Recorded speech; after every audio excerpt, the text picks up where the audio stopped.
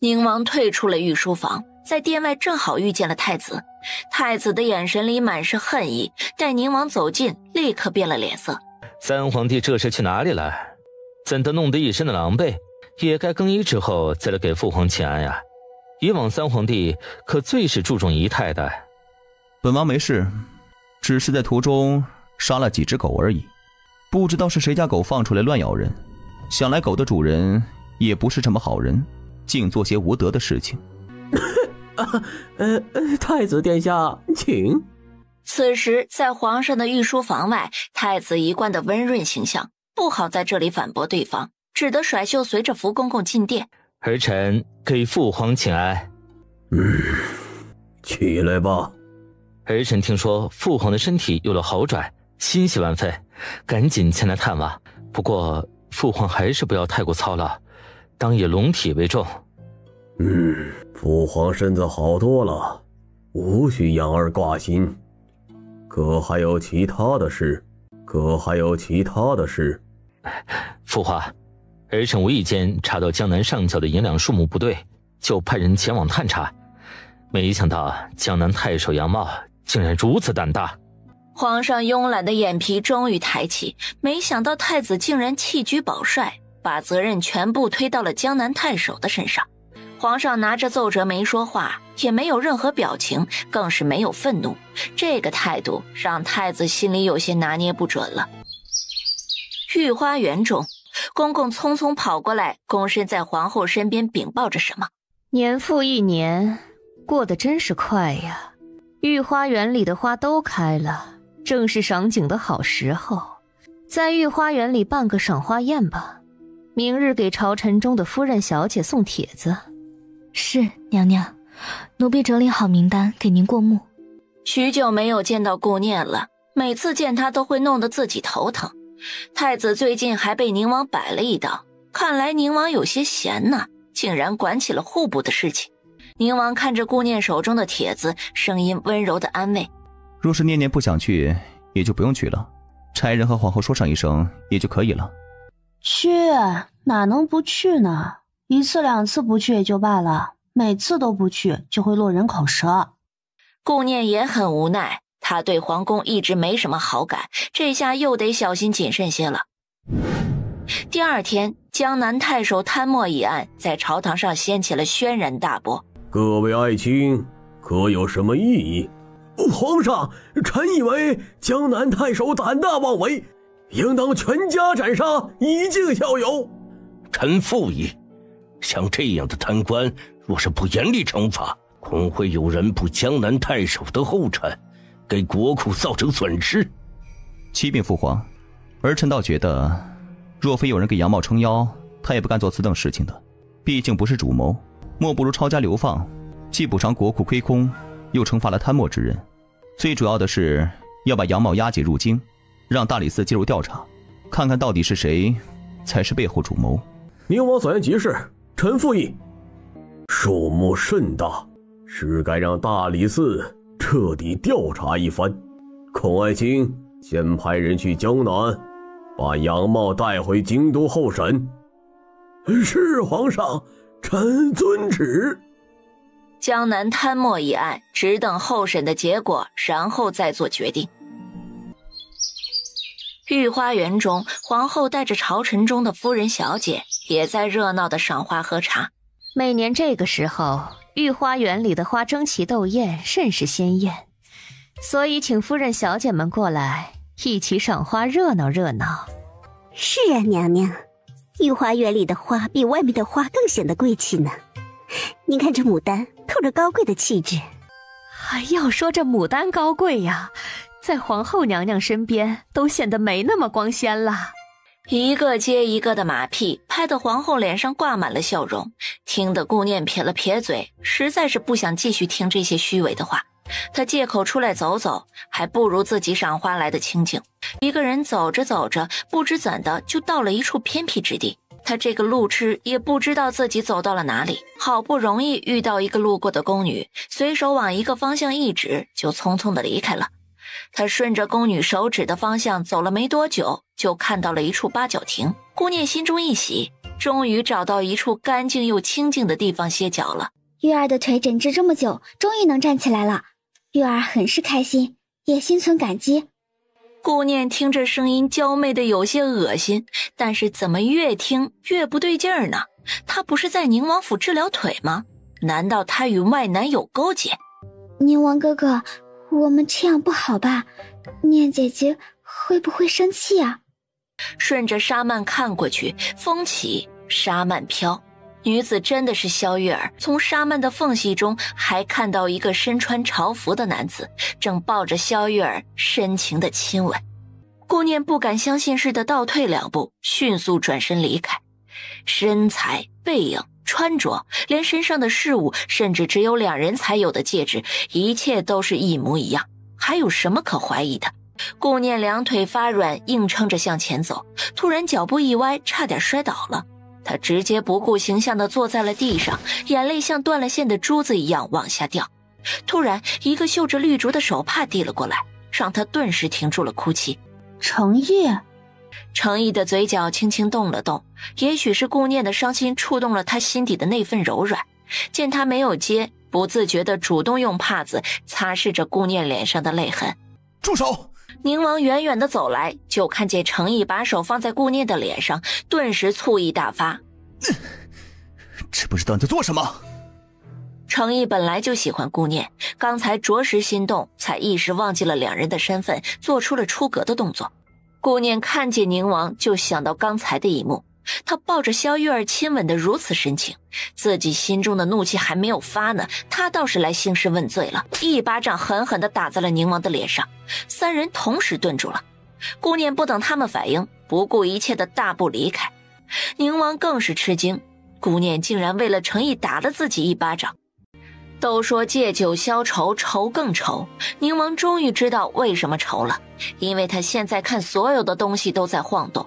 哎呦，这位爷呀，您不能再喝了，再喝下去真的醉了。醉了？哼，谁醉了？你看爷我哪里醉了？啊？是，爷您没醉，但是时辰不早了，您再不回去，家里人会担心的。对，念念会在家里等着他，不能让念念担心。宁王赶紧起身准备离开，但是喝得太多了，脑中一片空白的趴在了桌子上。这一幕被正好从这里路过的萧月儿看到了。哎呦，这位小姐，真是不巧啊，小店已经打烊了。本小姐是来找人的。哎呦，夫人呐，您真是及时雨啊！这位爷喝多了，小人实在不知道送到哪个府上去呢。萧月儿一听小二叫自己夫人，这个称呼怎么如此的顺耳呢？瞬间缓和了脸色，让丫鬟付了酒钱，并扶着宁王上了马车。等着宁王回来的顾念一直都没有睡，想给他一个解释的机会，没想到听到的是宁王依然与萧月儿在一起，还去了他的听雪阁，气得顾念咣当一声关上门。说是在八角亭是个误会，那这一次还是误会吗？王妃，您赶紧去找王爷吧，也许是个误会，此时可能还有机会挽回。世间哪有那么多误会？云龙，去把侄儿抱过来。王妃，小世子这个时辰已经睡下了，您看要不要明日再看他？不用了，现在就抱过来吧。是。玲珑的声音带着疑惑与不安，他屈身退下，很快就把尹哲抱了过来。玲珑，收拾一下东西，我要回刘府。王妃，现在是深夜，出去实在不安全，王妃还是等到天亮再走好不好？他承认他在逃避，他承认不敢面对。来到这里，他发现自己的棱角已经被生活打磨，自己的无惧被生活摧残，自己的爱情也被现实打败，造就了如今的顾念。不用了，这是命令，现在就收拾东西走。顾念说的斩钉截铁，玲珑不容反驳，简单的收拾了一下东西就上了马车，向着刘府一路而去。此时的听雪阁，萧月儿听到顾念离开，笑得合不拢嘴。嘿，还是一母有办法，真的是把顾念这个贱人给赶走了。他霸占宁王哥哥的王妃之位这么久，也该离开了，只是他的王妃头衔还在。萧月儿看了看床上躺着的宁王，勾了勾嘴角。念念，不要走，不要离开我，念念，我爱你，别走。宁王哥哥，我不走，我不会离开你的。不，念念，你哪里也不许去，我不许你走，别离开我。为什么宁王哥哥可以为了顾念低声下气？他可是王爷呀，就如此的爱他吗？为了他连身份都可以不顾了。萧月儿把下人都退下，轻轻地脱掉鞋子上了床榻。宁王仿佛感受到对方的存在似的，猛地睁开了眼睛。你是不是想死你？宁王哥哥，月儿只是情难自禁，宁王哥哥就不能给月儿一个机会吗？宁王哥哥就不能给月儿一个机会吗？本王心里只有顾念，装不下任何人，包括你。不要让本王对萧家的感激从你身上消磨掉。哼！然后不带任何留恋的离开，脚步匆忙，背影决绝。萧月儿双腿一软，坐在地上。对方神志不清时喊的全都是顾念的名字，而他却一个机会都没有，眼神渐渐地从恍惚变得清明，清明里蓄满了恨意。宁王回到房间里，已经空无一人，连顾念常用的东西都消失不见了，心里突然一空。王爷，王妃回娘家了，谁都不让跟着。好在刘星和刘云苦苦哀求之下答应带走。顾念肯定是误会自己和萧月儿的事情了，不行，得去找他解释。身形一闪，消失在原地。宁王准确地落到顾念的院子里，整个府上都是一片寂静。念念，打开门好吗？让我解释一下。念念，我知道你在听，我们之间有误会，并不是你想的那样的。念念，我知道你在听，我们之间有误会，并不是你想的那样的。误会？又是误会？刚才还在萧月儿的房间里软香在怀，如今跑到她面前说是误会，真是可笑。不用说了，你走吧。宁王还想再说些什么，就听到走近的脚步声。哦，岳母。王爷，我可以和您单独聊聊吗？宁王离开前看了紧闭的门一眼，跟着刘慧的脚步出了院子。王爷，念儿她以前性子胆小，作为一个嫡女，生活在太傅府这个泥潭中，却整日战战兢兢，谨小慎微。可忽然有一日，她变得性子耿直，勇敢坚毅。我不知道她经历了什么，但是念儿不论变成什么样子，都是我的女儿啊。她心中有执念，一时想不开，请王爷不要怨怼，留给她一些时间，毕竟现在的状态同样不是她想看到的。岳母说的不错，误会总会解开的，到时候念念会看到我的心意的。第二天，朝堂上正在讨论政事，突然一声禀报打断了商议的声音。皇上，臣武藤只带来了杨茂的尸体。孔爱卿，怎么回事？启禀皇上，臣到了杨茂的府上，杨茂却刚刚被人暗杀。臣在附近检查了一番，没有发现任何蛛丝马迹，臣只好把人全部禁足在府中，带着杨茂的尸体回来复命，还请皇上降罪。不用说也知道，被对方抢先一步。宁王殿下，你不是说杨茂在朝中有很大的靠山吗？怎的还没人庇佑？这说明王爷的说法只是个人想法，而且是无稽之谈。是啊，王爷，您这个说法简直可笑。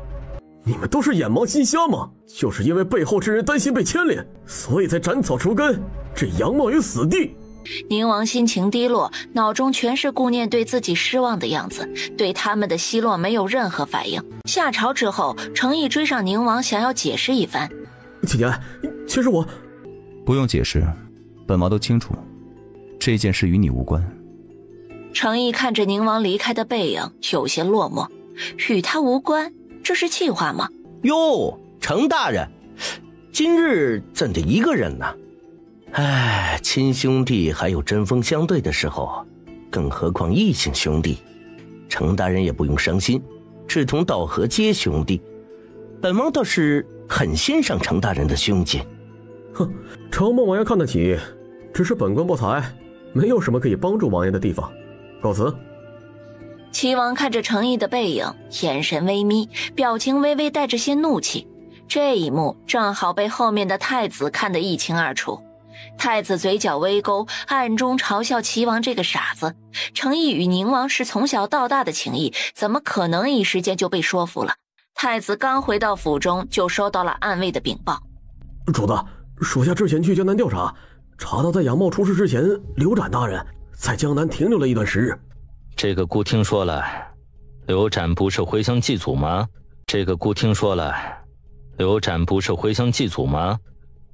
但是在属下调查中，他不止回乡祭祖，还联系了很多商贾喝酒畅谈。杨茂大人暗中抬高了商贾们的税收，那些商贾心存不满，保不准会和刘展说些什么呀。太子眼神微转，他明白了，原来是想用祭祖的事情掩人耳目。好，刘展很好。顾念在府中每时每刻都会想起宁王与萧月儿的事情，就算那天晚上没有见到宁王在听雪阁做了什么，他也能胡思乱想的脑补一切。听到急切的敲门声，就赶紧命人打开院门。林老，出了什么事？王妃，田府的人前来求王妃救田夫人一命，说是田夫人难产，已经快要不行了。什么？王妃，田夫人难产，说是非常严重，若是有个万一，王妃的名声会受损，更是会影响到医馆的声誉。我必须得去，田夫人有一段时日没来找我诊脉了，想来是他们府上出了什么事。当田楼看见顾念的时候，眼神一亮，仿佛看到了曙光。王妃，您终于来了，求求您救救她。田楼脸上的担忧让顾念明白，田景氏此番很是凶险。到底怎么回事啊？王妃，里面已经有一个稳婆，还有一个大夫，但是稳婆说孩子体位导致难产，大夫也用了办法，但是都无能为力，而且那人从生产开始就全身无力，求王妃救救他，田某感激不尽。顾念为田景氏把脉，突然眸光一凛，田景氏的体内竟然有毒，此毒已经时日不短，会让人身体无力，怪不得这么久都没有来找他把脉。还有胎儿的体位确实是倒置，现在唯一的办法就是剖腹取子，就是不知田楼会不会同意。王妃，谢谢您能来，只要能救下孩子，不用顾及产妇。不要说话，你的心情我都明白，此时最重要的是保留体力。我有一个办法能救您和孩子，但是方式可能不知道田大人如此爱你，能不能接受？不用征求他的意见，您现在就动手吧，臣妇同意。保存体力不用多想，我出去一下马上就来，放心，你和孩子都会平安无事的。见顾念这么快就出来，田楼的心瞬间跌入谷底。王妃，他怎么样了？若是有机会只能救一个，你希望是保大还是保小？保大。保小。保大，必须保大。不行，你若是不听母亲的，母亲就死给你看。母亲，您若是死了，儿子今日也陪您去，您看着办吧。田某心意已决，求王妃救他。有了田楼如此坚定的回答，他就放心了。他转身回了房间，开始给田景氏做手术。时间一点一点的过去，等在房门外的人焦急万分。老夫人，宁王妃都进去这么久了，怎么还没动静？莫非没有本事救出孩子？若是不行，咱们得换个大夫。傅医，你进去给宁王妃帮忙，千万不能让孩子出了问题。是。妾室心中一喜，只要府医进去，为了服从老夫人的命令，只保孩子，那自己身为夫人的时机又近了一步。府医刚走到门口，就传来了一声孩子嗷嗷啼哭的声音。听到孩子的哭声，老夫人心中一喜，眼眶湿润。多谢佛祖保佑，我田家终于有后了。哎呦，恭喜老夫人，恭喜田大人，是个俊俏的小公子。好。稳婆，夫人怎么样了？她还好吗？田大人，王妃还在为夫人诊治。感谢宁王妃前来救出田家的血脉。若是真的无法救治儿媳，那也是她的命。是啊，老夫人，万般皆是命，姐姐生的孩子，妾也会视如己出的。谁说夫人不行了？门忽然被推开，顾念表情冷然地走了出来。王妃，我夫人她怎么样了？她……田大人，夫人的手术很成功，母子平安。田大人，夫人的手术很成功，母子平安。但是诊治过程中，我发现夫人中了毒。这本是您的家事，本妃不该参与。但是本妃不想尽力救治的人再次出现任何状况，而污了本妃的名声。中毒？此时天已经微亮，顾念回到房间交代了一下该注意的事情，然后安排医馆的人前来照顾几天。因为这件事情，顾念更是名声鹊起，就算他的档期已满，花大价钱也愿意。顾念忙得不可开交，回到府中正好看到坐在前厅与母亲说话的舅舅。舅舅，您今日不忙？每日都有忙不完的事儿，正好路过进来看看。出了什么事了，舅舅？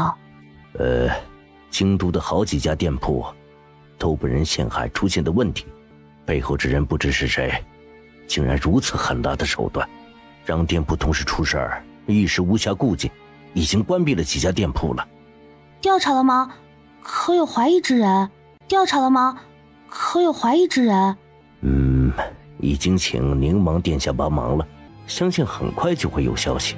那不过初步的判断是太子的手笔，还是因为之前调查江南贪污一案怀恨在心。舅舅，太子殿下心狠手辣，手段肯定不止这些。以前就有传言刘家富可敌国，如今的刘家更是不可同日而语。他若是盯上了刘家，下一步肯定会做出蛊惑皇上的事情，恐怕会引起皇上的忌惮。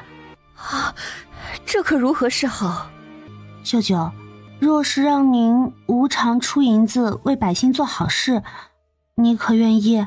我准备开设医学院，建立更多的医馆。不为盈利，只为解决百姓被病痛折磨的痛苦。舅舅可愿意与我联手？好，舅舅同意。这也许是目前最好的办法了。有了银子，医学院的事情进行得很快。顾念和刘家共同办的医学院和医馆，让百姓们纷纷称赞。宁王妃和刘大人真是大善人，老婆子我没有银子看诊，医馆免费治好了老婆子的病，如今还能活着，多谢宁王妃与刘大人啊！是啊，我爹摔断了腿，不能下地。若是没有宁王妃和刘大人的好心帮助，我爹可能就一辈子在床上不能动了。我也很感激他们，他们真是大好人。走到大街上，听到的最多的就是关于宁王妃和刘大人的事情，让百姓和民心能成为刘家的保护伞。皇上心情很好的看着站在大殿上的刘展夸赞：刘爱卿，你一心为百姓着想，捐赠银子帮助宁王妃开学堂和医馆，救治百姓，实乃大善，朕很是欣慰。多谢皇上夸赞，百姓受苦受难，臣既然有能力，应当出一份力，为皇上分忧。若都是如刘大人这般心系百姓，国家将会是另一番景象。皇上，臣自从帮助百姓以来，总有人找刘家店铺的麻烦，已经导致好几家店铺亏损关门，此人心思不轨，请皇上做主。事情明明是在刘展捐赠银子之前，现在刘展这样说，倒成了有人不想让刘展帮助百姓。还有这等事？孔爱卿，这件事就交你去查，务必将此事查清。皇上安排了大理寺卿孔融，他最是铁面无私。父皇，调查这等事情应该是京兆府的职责，若是御佐代袍，这府尹大人……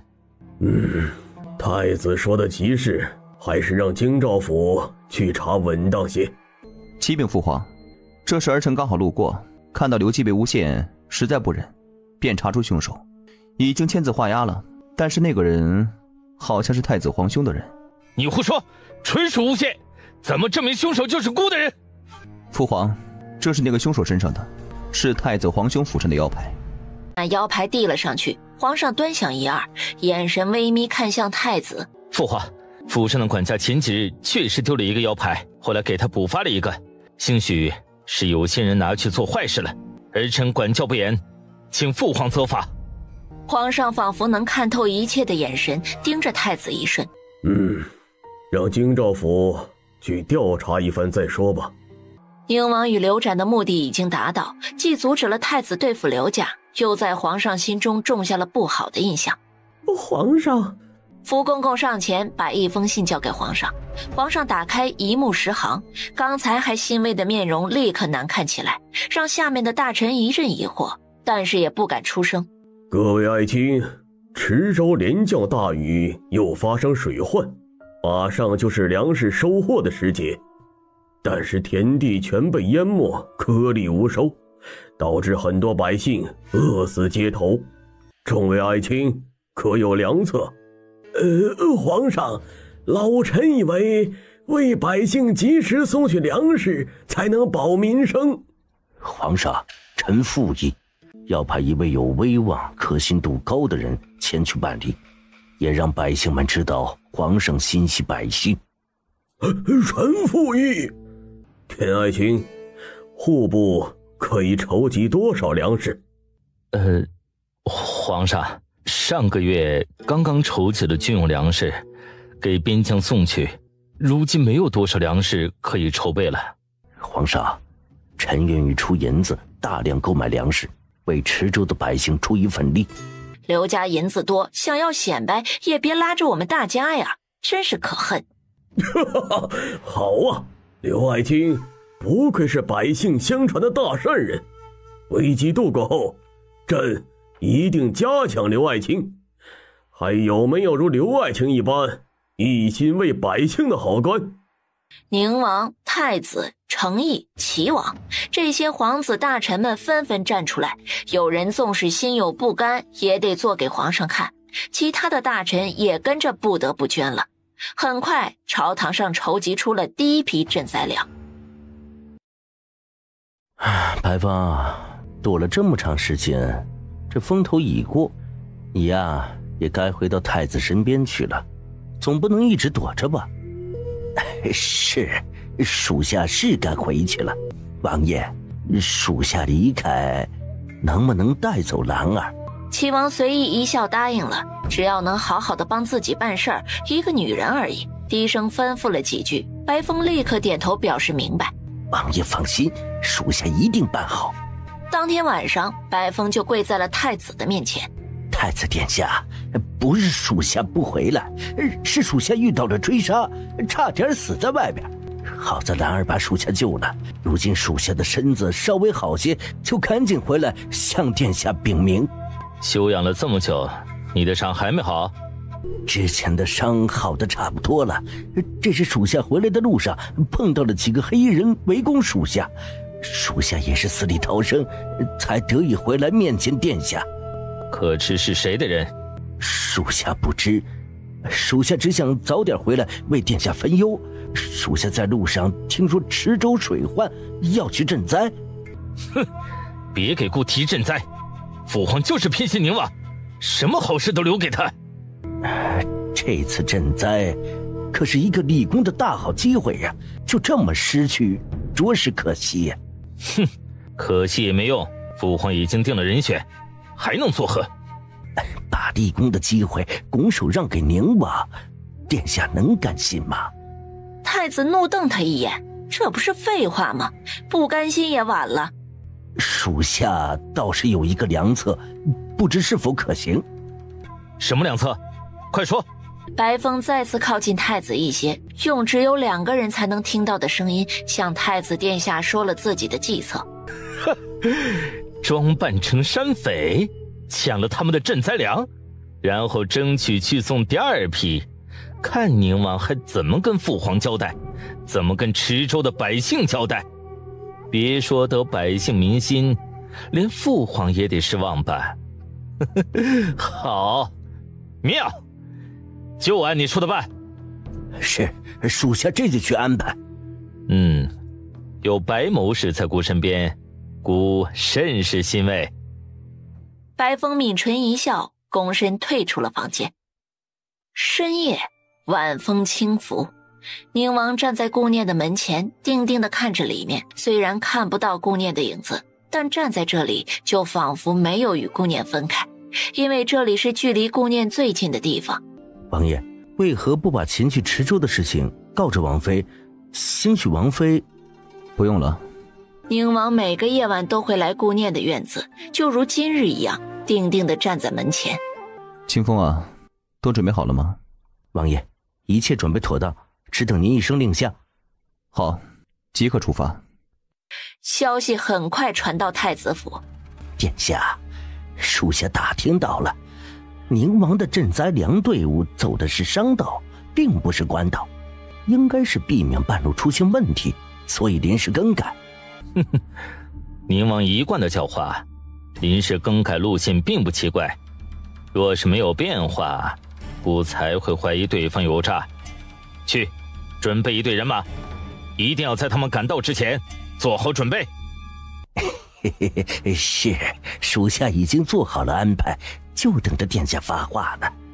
这一次，就算孤不去赈灾，一样可以立功。这一次，就算孤不去赈灾，一样可以立功。李雷，东西拿到了吗？回殿下，林王府侍卫的腰牌已经拿到，属下已经交给可靠的人了。很好，这次要让他们互咬，只有孤独善其身。古代消息迟缓，收到宁王的送粮队伍遭到山匪袭击抢劫的消息已经是几日之后了，而且收到的消息是宁王受伤，暂时不能回京都了，依然带着受伤的身子前去灾区看望受灾的百姓，以振民心。你说什么？池州水患，宁王前去赈灾？你别担心，他这次去没有危险，而是好事，不仅能在百姓中树立威望，又能立功。不行，我必须进宫一趟。你赶紧去采购药材，越多越好。其他地区的药材也安排人去采购，速度要快。他的惊慌神医不懂，但是知道一定是出了什么大事了，赶紧听从吩咐去办。刚到宫门口就被皇后的人阻拦。哟，好巧，这不是宁王妃吗？你也是听到消息来的吧？三皇帝此次不仅没有立功，还犯了大错了。唉，太子殿下什么意思？让宁王妃进去吧。侍卫侧身放行，顾念来不及与他纠缠，迅速进宫，心里一直在猜测宁王到底出了什么事儿。福公公走到皇上身边，躬身禀报：皇上，宁王妃进宫了，在宫门口与太子说了几句话才进来，看来是听说宁王受伤的事了。宣他进来。给父皇请安。行了，你着急进宫不是为了给朕请安的吧？说说吧。父皇，儿媳听说宁王出事了，他怎么样了？你是宁王妃呀，他有没有事，怎来问朕呢？父皇，儿媳消息之后，请父皇告知。儿媳听说池州发生水患，水患过后往往都伴随着瘟疫，父皇要早做准备，以防万一啊。此时已经没心情斗顾念了，赶紧把宁王受伤但已经好了的事情告诉了他。顾念顿时松了一口气。父皇，儿媳没有危言耸听，一定要早做准备。没有瘟疫最好，就算是真的发生了瘟疫，做好措施防范不是更好吗？皇上陷入沉思，摆了摆手让他退下。顾念还想说些什么，福公公赶紧上前：宁王妃，皇上已知晓此事，不过还得明日早朝与大臣们商议一番再做决定，还是请回吧。第二天的早朝，皇上，宁王真是不把百姓放在心里呀，竟然丢失了赈灾粮，池州的百姓还等着粮食救命呢。皇上，老臣怀疑宁王与山匪勾结，做下此等事情，着实让百姓心痛。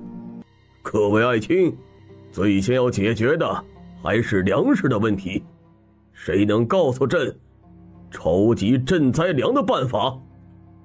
一句话让滔滔不绝的大臣立刻闭了嘴。皇上冷冷地扫了一下众人。一句话让滔滔不绝的大臣立刻闭了嘴。皇上冷冷地扫了一下众人。哼，怎么不说话了？各位爱卿，不是有很多话想说吗？大家可以各抒己见，多提方法，然后择优。父皇，母后当年留给儿臣一处庄子，位置在京郊，还算有些银子。儿臣想把庄子上的所有费用拿出来购买粮食，送往池州，帮助百姓。先皇后给太子的庄子，皇上是知道的。太子竟然为了百姓有如此贡献之心，让皇上很是欣慰。好，不愧是朕的皇子，就如你所愿。第二批粮食由你负责。刘爱卿，你这次捐赠的粮食直接交给太子即可。臣遵旨。齐王嘴角勾了勾，鱼儿上钩了。太子在朝堂上做出了承诺，回府后赶紧做好安排。白风，让你在京郊找的地方找好了吗？白风，让你在京郊找的地方找好了吗？回禀殿下，已经找好了，地方很隐蔽，殿下请放心。好，粮食应该很快就到，只要粮食一到就直接运过去，以免节外生枝。不好了，殿下！什么事？那批赈灾粮里面都是石粒和沙粒。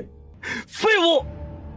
又一个侍卫从外面走进来。殿下，您让属下调查明王的行踪，属下查到他们一行人已经带着赈灾粮到了池州。他今日早朝刚向父皇夸下海口，筹集第二批赈灾粮，这下真的要出一大笔银子了。去吩咐管家算一算府上可动用的银子。管家听从太子的吩咐，查了一下账户，脸色为难地回答：殿下，赈灾粮的耗费太大了，咱们账户上的银子实在是不够支撑啊。加上庄子上的也不够吗？是的，殿下，全部加起来也是不够的。殿下，属下倒是有个不是办法的办法，但是……什么办法？快说，别吞吞吐吐的。但是得赏起一些人。那就与宁王耗，迟迟等不到赈灾粮，这些百姓肯定会一起反抗，继而引起暴动，看他在池州怎么处理。宁王带着送粮的队伍进入了池州之地。王爷，这时候他们应该是已经看到马车里都是沙粒了，肯定是恨极了王爷。恨也不是一天两天了，不差多这一件。从尸体中找到的2个妖牌怎么处理？宁王心中冷笑，齐王想用一个妖牌陷害太子，太子想用妖牌陷害齐王，两人真是一丘之貉呀，竟然想到一起去了。不急，那2个妖牌自有用处。太子进宫跪在御书房，表情诚恳。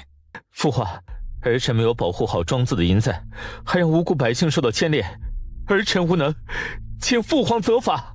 儿臣想着让人把闲置的东西变卖掉，换成银子，多购买一些粮食，没想到刚刚筹备好，还没来得及购买粮食，就被人给……这事儿也不能怪你，多补偿一些银子给无辜枉死的家属，查到是何人所为了吗？回父皇，没有线索，但是儿臣怀疑是山匪。之前宁王不是遇到山匪抢劫粮食吗？这次是不是同样是山匪干的？难道山匪已经到了京都？山匪有这么大的胆子，在皇城脚下抢劫？不可能。也说不定山匪心狠手辣，就是靠抢劫为生，不能排除。皇上无力地打发了太子，同时太子也松了一口气，不用拿出自己的银子买粮食，真好啊，否则太子府真的会被掏空。池州，王爷，粮食已经不多了，送到京都的信也没有回复，这该怎么办呢？若是再送不到第2批粮食，百姓们会再次回到当初饥饿交迫的时候，万一……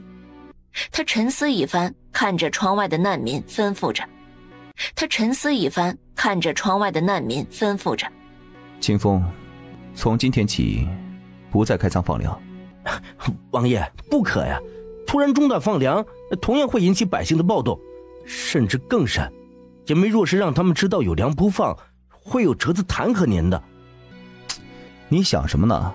不开仓放粮，改为施粥，多设立几个粥棚，把粥熬时间久一些，这样剩下的粮食兴许还能多坚持几日。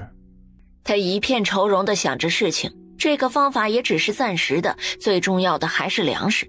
清风，再往京都送信，这一次多送几封。自从顾念知道宁王前去池州送粮，就开始关注池州的情况。哎呀，师父，咱们坐下想办法行不行？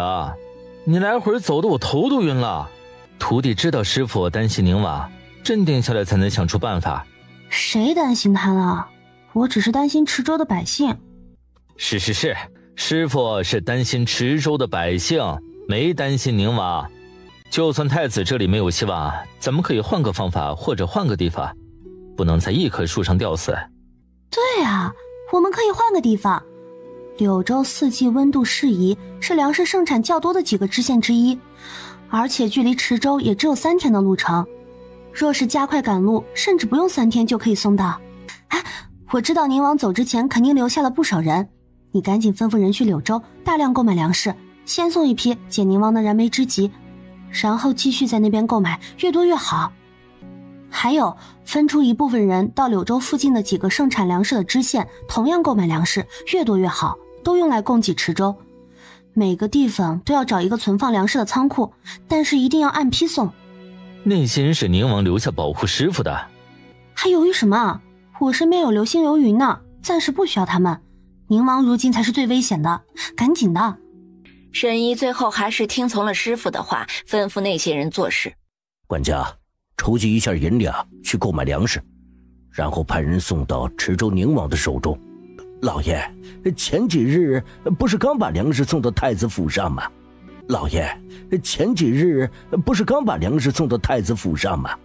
太子府上出事了，我们那些粮食杯水车薪，不足以耗费兵力前去护送，我们要多购买一些粮食，越多越好。老爷，京都的粮食价格已经被抬高数倍，况且店铺没有可用银子了。出什么事了？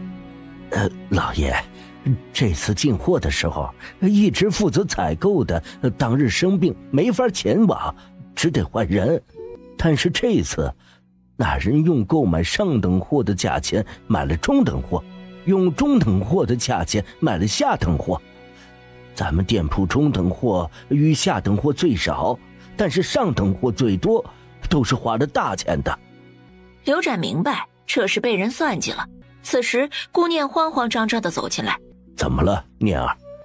舅舅，皇上有没有在朝堂上提起瘟疫的事情？提起了。顾念看见刘展犹豫的样子就知道了。没有人相信，对不对？突然提起是不信，可能明日后日就都信了。顾念微微苦笑一下，知道舅舅是在安慰自己。念儿，舅舅不能继续捐赠粮食送到池州了，店铺出了点问题，银子周转不开，被人做了手脚。舅舅放宽心，我已经有了办法，很快就能把粮食送到池州。算算时间，应该是在收购粮食了。若是送往池州，还需要3天，而此时的宁王已经快要断粮了。王爷，咱们的粮食只够今日1天的10周了，怎么办呢？咱们发到京城的信，估计被人截获了。王爷，属下请求亲自回一趟京都，向皇上送信，求得援助。他们不会让你回到京都的，还是别白费力气了，留着性命为本王处理吧。宁王在房间内踱步，一片愁容。青羽站在旁边，听着主子的脚步声，都着急的眉头紧皱。我们这次来也没带什么银子，你带人去临县筹集粮食，临县太守与本王是故交，你带本王令牌前去，他肯定会帮忙的，迅速筹集一批粮食过来，解燃眉之急。临县太守与本王是故交，你带本王令牌前去，他肯定会帮忙的，迅速筹集一批粮食过来，解燃眉之急。可是临县距离池州来回最快也要2日，百姓们没有粮食，明日王爷可能会有危险。行了，别可视了，听从命令，速去速回。清风领命离开。眼看池州的粮食慢慢的吃完，连施粥的能力都快没有了。王爷，不好了，他们真的起了暴动，这如何是好啊？走，去看看。百姓们看到大人出来，纷纷激动地询问情况，有人这样问，有人那样问，一起说话变成了叽叽喳喳，最后什么也听不清楚。各位百姓，本王知道你们担心的是什么，本王在此承诺，朝廷并没放弃你们，赈灾粮正在路上，但是路上出现事情耽搁了，需再等2日，最多2日便能到池州了，希望大家忍耐一下。忍耐？凭什么让我们忍耐啊？我们穷苦百姓已经够苦的了，朝廷既然送粮，为何不加快速度？就是不想让我们池州的百姓好，这故意的吧？此人的挑拨让百姓的心又开始动摇了，纷纷交头接耳议论起来。大家安静一下，你们希望快点送粮食过来，却不知边关将士同样需要粮食啊。国库中粮食有限，只能筹集，可是大多数人家粮食只够自家维持生计，并没有多余粮食相赠，所以朝廷一直在为池州想办法。朝廷并没放弃你们，你们也需要给朝廷一些时间，不要偏听某些人蛊惑。你胡说，什么偏听蛊惑？蛊惑人心的分明是你。我有个亲戚就在京都，那边说宁王已经与京都失去联系了，粮食根本就没有送了。百姓们，他才是骗子。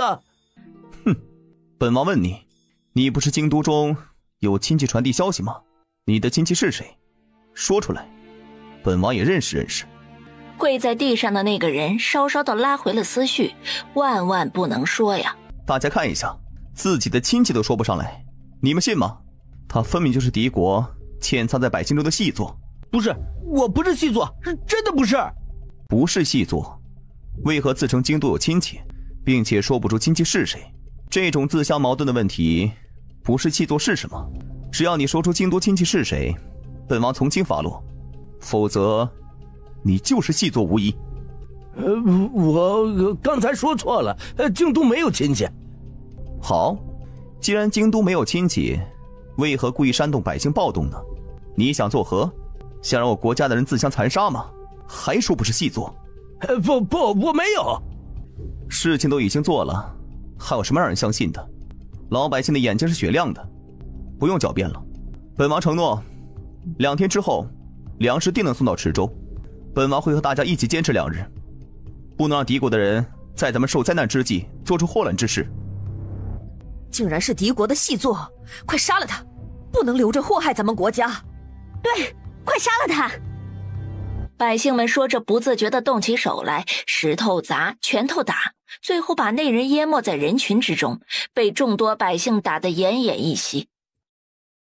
不到1日，从柳州收购的粮食就送到了池州，直到看到留在顾念身边的侍卫，他才心中有了猜测。留下你们保护王妃，你们竟敢违抗本王的命令！属下失职，任凭王爷责罚。王妃听说您在池州遇到困难，就命令属下到柳州和附近一些知县收购粮食，这是第一批，后面还在收购，定能解决池州的困难。宁王知道是顾念命令他们前来帮助自己，心里的那份触动再次涌了出来。百姓们看到粮食高兴不已，他们一起把粮食和挖来的野菜一起煮粥。刚吃完饭没多久，他们中间就开始有人肚子疼，还有的口吐白沫，浑身发抖。宁王心中一慌，难道中了别人的计，粮食中有毒？快，召集城中全部大夫，替有症状患者诊脉，找出原因，检查全部粮食、野菜和其他入口东西。是。他心中有了想法，若是吃食有问题，那为何有的人死亡，而有的人却没事儿？王爷，池州的大夫都聚集过来为百姓看诊了，但是他们危言耸听，简直不可理喻。我们池州只是发生水患而已，怎么可能是瘟疫呢？瘟疫？宁王心中一惊，说真的是瘟疫，那可就麻烦了。宁王到了地方之后，向着正在诊脉的大夫走过去询问一番。怎么样，大夫，查出什么病症了吗？王爷，请相信老夫所言，这次爆发的真是瘟疫呀，情况很是严重，王爷还是赶紧回去，不要再到这里来。唉，百姓才是国家根本啊，本王怎能只顾自己呢？本王相信一定能有办法的。只是老夫暂时还没有查到瘟疫的根源所在，一是没有找到可以治疗瘟疫的药材，很是惭愧。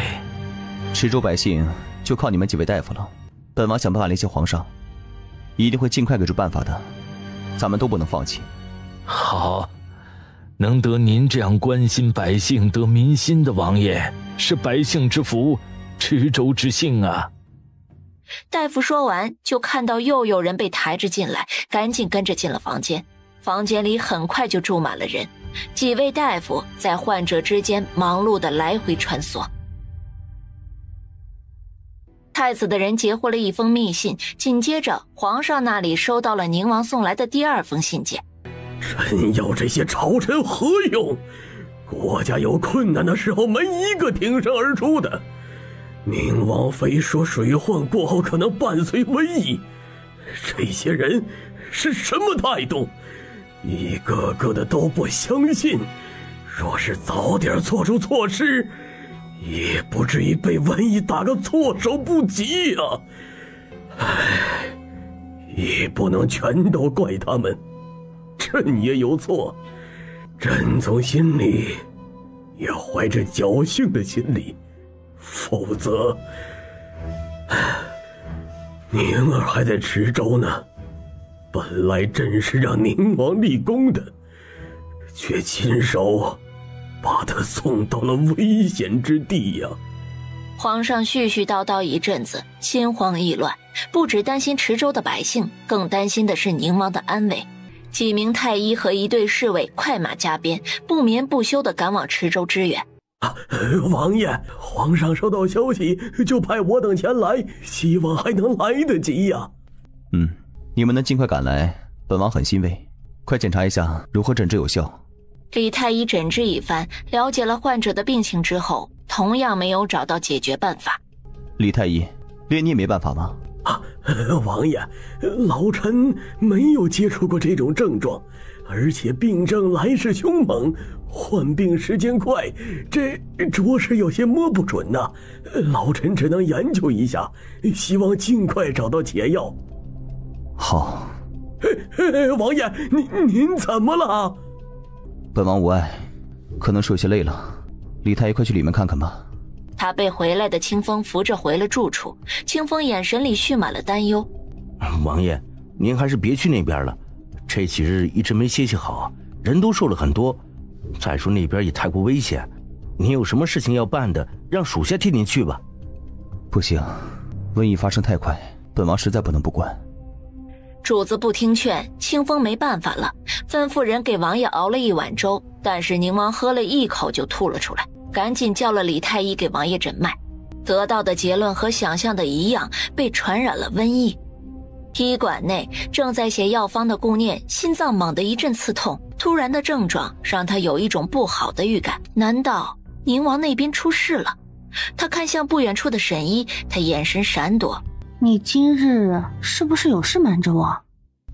没有啊，你想多了，这不是好好的吗？你平时并不这样，是不是宁王那边出了什么事？你快告诉我。他眼神紧张地盯着他，仿佛他说一句假话他都能知道似的。是，宁王出事了，池州爆发瘟疫。近日皇上接到消息，宁王也被传染了瘟疫。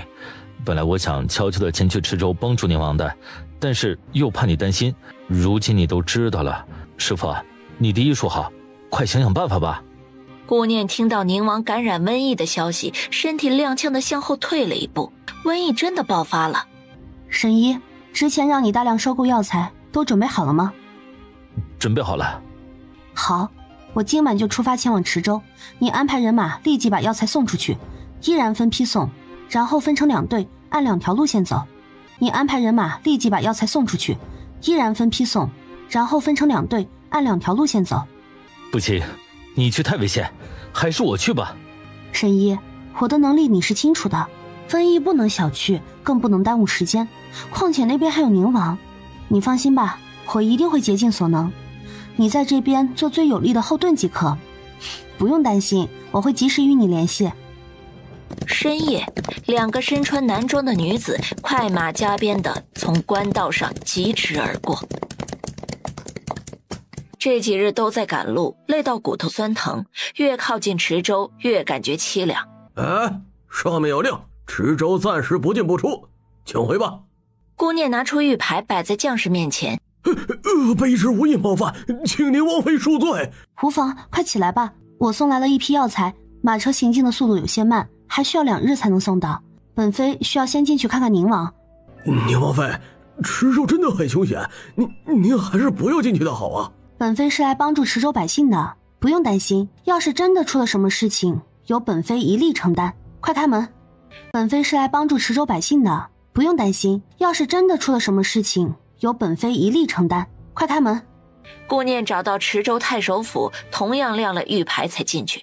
给宁王妃请安，下官有失远迎，请宁王妃恕罪。快请起，本妃此次前来是来送药材的，2日后就会到达池州，希望对池州有所帮助。多谢宁王妃出手相助，宁王在厢房内，但是我要去看看宁王，太守带路吧。王妃，这边请。只见躺在床上的宁王紧闭着双眼，眼圈发黑，下巴上长出青色的胡茬，瘦了很多。顾念见他睡着了，赶紧对清风做了一个噤声的手势，给宁王把脉后，又轻手轻脚地走出门外。宁王的症状出现了多久？前来的太医有没有找出瘟疫的药方？患病的趋势如何？清风把池州的情况一一禀报给王妃，也希望王妃能够找出治疗瘟疫的药方。龙榻上时不时传出咳嗽声。皇上，如今宁王妃已经去了池州了，宁王肯定会好起来的，您可要保重自己个身子呀。宁王回来看见您这样会伤心的。福子，你说朕把冰儿收入后宫是不是做错了？朕感觉自从收了冰儿，宁王与朕的关系没有了以前的亲密呀。皇上，您放宽心吧，宁王睿智，以后会明白您的苦心的。希望吧，朕的心思你最明白，他们兄弟之间的勾心斗角，朕心里明镜似的。冰儿和舒儿如此相似，不是巧合。是啊，皇上，若是不收下，下一步还会有新的招数。冰美儿在后宫能让不少人放心，还能转移有心人的注意力。皇上此举很是高明，皇上此举很是高明。高明什么呀？只是暂时阻止了他们的小动作，同时却疏远了朕与宁王的父子之情，还留下一个祸患在后宫。朕真的是老了。皇上，您正值盛年，还要看着宁王继承江山呢，可不能灰心呢。去传皇后，让她来给朕侍疾。是，老奴这就去。福公公眼神一转，皇上一向不喜皇后，看来皇上是有什么计策了。很快，皇后带着几个宫女从远处走来。皇上，臣妾来了，您一定要保重龙体啊！要不要传太医过来再诊一下脉吧？朕传你过来，是有要事商量。皇上，您说，臣妾听着。朕的身体实在是虚弱，太医说不宜劳累，朕想着宣告皇子监国，你说哪个皇子能担此大任，让朕放心呢？皇上这是什么意思？试探他吗？皇上，您只是累着了，歇息几日就好，哪里用得着皇子监国？朕已经老了，是该让贤了。皇上不许胡说，您正值盛年，怎的就老了？唉，那臣妾是不是也老了？一大把年纪了，还学年轻人娇嗔，真是违和。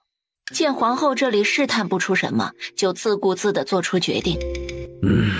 太子已经在你名下，那就默认太子监国吧，也能趁早锻炼一下。臣妾本来觉得皇上不用这么早让太子监国的，但是臣妾看见皇上如此虚弱，着实不忍心呐。唉，也好，这样皇上不用整日操劳，终于能歇歇了。等皇上身子好些，再主持朝政。罢了，朕的身子需要静养，皇后回吧。皇后离开之后，皇上吩咐福公公把监国的事情通知下去。是，老奴这就去。皇上此时重用太子，希望能把注意力都转移到太子的身上，给宁王喘息的时间。池州经过几次试验，最后决定把几种清热解毒的药材放在一起熬出药，让患者喝。李院首，麻烦你带着其他几位太医一起，随时观察病患的状态。顾念和李院首一起查看病患情况，发现一个值得高兴的事情，虽然症状没有减轻，但是也没有再加重，一直维持在原状态。宁王妃的医术真是高明啊！老臣从见到您的缝合术开始，就心存敬佩。李太守谬赞了，您和几位太医同样付出了心血，本王妃也是想尽自己的能力帮助池州百姓。得意什么呀？不就是研究出了药吗？再说这药又不是解药，只是暂时压制而已耶。是啊，还没研究出解药就得意忘形，若是哪日研究出解药，还不得上天呐？咱们在太医院多年，积攒了多少功绩，都没像他似的。若是不服，你们也可以研究出解药，到时候我们都会感激你。你说什么胡话呢？赶紧去看看病患有没有需要帮助的。两位太医不情愿地听着训斥进了房间。宁王妃，别和他们一般计较，他们平日不是这样的，许是最近太累了。维持身体的药已经喝了2日，顾念还没有研究出对症的药。突然房门被一个急促的声音敲响。王妃，不好了，您快去那边院子看看吧。出了什么事？王妃，病患今日中午就开始呕吐不止，捂着肚子仿佛疼得厉害。顾念听个大概，赶紧往那边赶。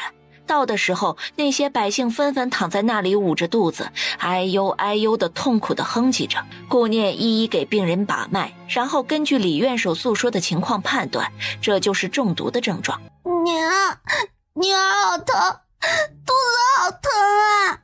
快，娘给你揉揉，一会儿就不疼了。不要揉她的肚子，会加重她的疼痛感，赶快放手。这个是解毒丸，你女儿喝下去就没事了，相信我。小女孩喝完药之后，额头上渗出了浅浅的汗珠，哭喊的声音也渐渐的消失了。娘，喝的药真的管用，女儿不疼了。多谢神医救我女儿一命。没事就好，大家都没事才是我想看到的。因为解毒丸的药效猛，剂量大，顾念担心这些人的身体太过虚弱，承受不住药效，只能化开。喝完之后没多久，身体的症状就有所缓解，这让百姓们纷纷称赞顾念为神医。大家放心，今日的突然症状不是解药的问题，是因为有人在背后下毒。你们呕吐不止，腹中绞痛也是因为中毒所致。晚上再喝一次解药就会完全解毒，请大家放心，我们一定会找出幕后黑手，保护大家的安全。多谢神医救命之恩，多谢神医救命之恩。大家不用谢，当今圣上心系池州百姓的安危，所以派我过来帮忙，这是我应该做的。大家如此信任我，也请大家相信自己一定能行，我们一起渡过难关。顾念的一番鼓励让百姓们热血沸腾，顿时信心倍增。王妃，王妃，王爷不好了，您快去看看吧。顾念心中一惊，加快了脚步，推开门就看到宁王半坐半躺地倚靠在床头，手上拿着刚刚咳嗽时捂着的丝帕。有我在，你一定会好起来的。有我在，你一定会好起来的。念念别担心了，我今天感觉好很多了。说完，一股腥甜从口中溢出。怎么会突然这样？之前不是已经好了很多吗？怎么会这样？没事，或许吐出来的都是毒素呢。你还有心思开玩笑？顾念抓起他的手就把脉，但是眼神却随着把脉越来越亮。他一把掀开宁王的枕头，把刚才他藏起来的带血的丝帕拿了出来，进入空间检验。顾念在空间里等有了结果才出来，血液里确实大部分都是毒素。他又抽了宁王的血进行检验，得到的结果更是令他意外。通过血液检查，宁王的身体竟然好了一些。以毒攻毒？顾念用了毒草加入到新研究的药方中，必须找一个快要病入膏肓的患者施药才行，否则后果不堪设想。宁王吩咐清风把前些日子在百姓中挑拨离间的男人从关押着的屋子里拉了出来。男人跪在两人面前，身体颤抖得很是担忧。看见宁王的那一刻，突然就放松下来。没想到赫赫有名的战神王爷也逃不过瘟疫的命运。哎，被折磨的滋味不好受吧？是啊，本王也没逃过瘟疫的命运。天灾人祸，生老病死，有几个人能够逃脱呢？但是本王能掌握自己眼前的命运，而你却不能。不，你不会让我死的，你还不知道背后是谁的指使，你不会杀死我的。你真以为本王需要你的答案吗？不，王爷，你需要的，小人可以把知道的全都告知，请您给小人一条生路。你可以说说看，若是情况属实，赏赐你碗瘟疫的解药；若是情况不实，你明白吧？找到瘟疫的解药了？当然，不过此时你信不信都无关紧要了。本王只给你一次机会。我说。宁王眉梢微挑，不出所料的是太子的手笔，和自己猜测的一样。想到背后下毒之人，眸光瞬间冷厉。可还有没说的，比如同伴；可还有没说的，比如同伴。王爷，小人说的都是事实，没有一句假话。而且太子殿下只安排小人自己，真的没有同伴啊，请您相信小人。他没说相信，也没说不相信，直接让清风把碗递了过去。多谢宁王殿下的大恩，殿下不计前嫌，小人以后一定为殿下效犬马之劳。好了，快喝吧。男人嘿嘿一笑，赶紧咕嘟咕嘟地把药倒进了嘴里。去厢房歇着吧，稍后会有大夫过去为你诊脉。房间门关闭，顾念这才从屏风后面出来。念念放心吧，厢房门口有人看守着，稍后就会有人把他情报禀报过来。话音刚落，就有侍卫过来禀报，说那个人吐了血，正在房间里咒骂。就凭辱骂本王这一点，他就不能活了。男人刚刚闭嘴，又吐了一口血，而且仔细一看，血中还隐隐透着黑色。男人终于忍不住再次骂了起来。再骂一声，就割了你的舌头喂狗！宁王妃，你们夫妻狼狈为奸，竟敢自己前来，不怕我杀了你？本来你有活着的机会的，但是都被你一张破嘴给丢了。什么意思啊？清风站在顾念的身后，一个小石子扔过去，男人顿时定在那里不能动弹。顾念上前把脉，男人的脉象已经恢复正常，顿时心中一喜，面容上带着抑制不住的高兴。解药终于研究出来了，以毒攻毒的办法确实有效。嘿，你这个毒妇啊，弄死我还这么高兴？你和宁王真是恶毒至极的一路货子。本王妃今日让你死个明白，你本来是有活命的机会的，王爷赏赐给你的是瘟疫的解药，可是你却不知好歹，辱骂王爷。知道辱骂王爷是什么罪过吧？你胡说！自从喝了解药就接连吐血，分明就是毒药。血迹发黑，吐的都是毒素，面容正常，并且本王妃已经把过你的脉，脉象也已经正常了。看着男人越听越后悔的神色，顾念冷笑一声离开。对于太子的手下，就当是为池州百姓做贡献吧。顾念心里终于轻松了很多，他看着宁王喝下解药，就完全恢复了，只是身体虚弱，还需要静养。背后之人还没有找到，只能将计就计，把宁王病弱的消息悄悄在太守府上传开。一切安排好之后，顾念才放心的离开。王妃，属下没发现下毒之人，但是两位太医倒是经常偷偷摸摸的交谈，眼神有些鬼鬼祟祟，好像担心着什么。哦，他们既然以身试法，是给我挖坑，还是给他们自己挖坑？顾念悄悄地走到他们身后不远处，只听到李院守对他们呵斥道：你们怎得如此糊涂？大事面前竟然只顾着个人利益。李院守，不是我们说呀，你若是不争不抢，最后这功劳都会落到宁王妃的头上，没咱们什么事儿，这不是亏了吗？是啊，李院守，咱们冒着生命危险来到池州，最后一点功劳都没有，实在是不公平。您是太医院的院守，属下都认为您医术高明，不比宁王妃差，功劳应该是您的才对。你们说的什么话？现在是争功抢利的时候吗？再说了，我的医术怎么可能比得上宁王妃？现在最重要的事情应该是找到瘟疫的解药，把池州百姓医治好。大家都是大夫，应该是医者仁心，而不是利益熏心的。你们也都知道瘟疫的厉害，若是池州控制不住蔓延了出去，到时候整个国家都会跟着遭殃的。行了，咱们知道李院守品行高洁，但是咱们同在太医院做事，还是我们的院守。若是被人发现是我们俩做的手脚，那你也跟着受牵连。所以您还是只当没看见的好。你哼，都在呢。谁？我们刚才的谈话你都听见了？是啊，都听见了。你们真不够意思，讨论的内容里有本王妃，为何不叫上我一起探讨呢？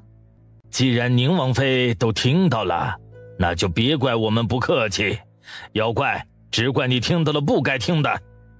你们还是晚了一步，我已经找到了治疗瘟疫的解药，你们嫉妒我也是正常的，谁让你们没有真本事？真的吗？哎呦，太好了！宁王妃，您不愧是百姓们心中的神医呀！快把药方交出来，可以饶你一命。好啊，药方就在我身上，但是你们没本事拿。你们这种人都不知道你们太医的职位是怎么得来的，银子买来的吗？宁王妃，你放心，我们一定会替宁王找到瘟疫的解药的。只不过只有我们，没有你。来人！身后突然出来4个侍卫，纷纷拔出长剑，转眼间的功夫就到了2位太医的身边。宁王妃，您大人大量，饶恕我吧。宁王妃，我们被功劳蒙了心，一时糊涂做出错事，求宁王妃饶恕我们吧，我们以后再也不敢了。你们背后下手毒害百姓，陷害本王妃，今日还想杀掉我，哪一条都是死罪。你说本王妃怎么饶恕你们？我们是太医，你不能杀我们，只有皇上才有权利。为何不可？池州距离京都路程遥远，事从缓急，本王妃可以先斩后奏。2人的眼睛里蓄满了恨意，仿佛可以用眼神杀掉他一般。你们可以有一次机会，说出让我不杀你们的理由，只有这一次机会，想好了再说。都说宁王妃心地善良，我府上有老下有小，很多人要照顾，求王妃饶恕，我一定痛改前非，做个好人，以后只听王妃的差遣。你知道我是谁吗？怎么？难道皇上是你爹？皇后娘娘是我表妹。呀，关系户还是后宫最高领导呢，怪不得一副目中无人的姿态。李元首突然跪下，打断了他的思绪。王妃，太医院的太医本就不多了，2年一度的太医选拔还没到时间呢，这宫里贵人特用的时候实在周转不开呀。老臣在这里替他们2人请求，饶恕他们的命吧。他们作为太医，品行不端，思想恶毒，不配做一名太医，留他们一命，岂不是害人害己？老臣作为太医院的院首也有责任，平时是对他们管理的太宽松，以后一定严肃管教，不让他们再犯。顾念心思翻转，何不给李元首一个面子，留下他们？也许以后是扳倒皇后的利器呢。本王妃就给李元首这个面子，不跟他们计较了。若是以后有什么害人的心思，别怪我不留情面。多谢宁王妃的饶恕，多谢宁王妃不杀之恩。皇宫里，提前回到京都的太医在朝堂上把功劳直接抢了过去。皇上，老臣愧对皇上的信任，去了这么久才把瘟疫的解药研究出来，请皇上责罚。太医说的是哪里话？朕知道你们此行辛苦，你们都是有功之臣，等宁王他们回来，一定好好封赏你们。多谢皇上。父皇，有一件事儿臣觉得很是蹊跷。之前宁王往池州送赈灾粮，却毫发无伤的离开，难道……皇上，臣也以为宁王与劫匪之间有蹊跷，否则怎么可能毫发无伤？皇上，听说宁王是拱手相让的，宁王怎么能不顾池州的百姓与劫匪勾结呢？臣附议。各位爱卿，何出此言？事情过了这么久都没见你们提起，宁王快要从池州回来，你们倒是都积极起来了。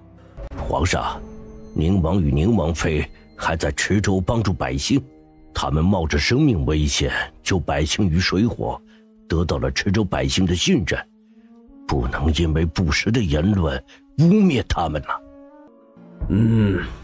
刘爱卿说的是，定罪也是需要证据的，事情查明真相之前，不能知道传言，会让百姓们寒心。若有疑问，可以等到宁王回来当面对质。父皇，太子皇兄与三弟没有仇怨，应该不会胡说的。而从大殿外突然传来一个声音：是吗？但是本王这里倒是有个证据。皇上看到宁王安全回来，心里激动的想要站起身来，但最终却屁股轻轻挪了挪，然后又坐定了。父皇，儿媳给父皇请安。好啊，好！这次你们夫妻不仅赈灾成功，还找到了瘟疫的药方，解救了池州百姓，真是为国家立了大功，朕一定好好封赏。都是儿臣该做的，能为父皇分忧，百姓安居乐业，儿臣也高兴。皇上，老臣有本启奏。哦，任爱卿有何事启奏？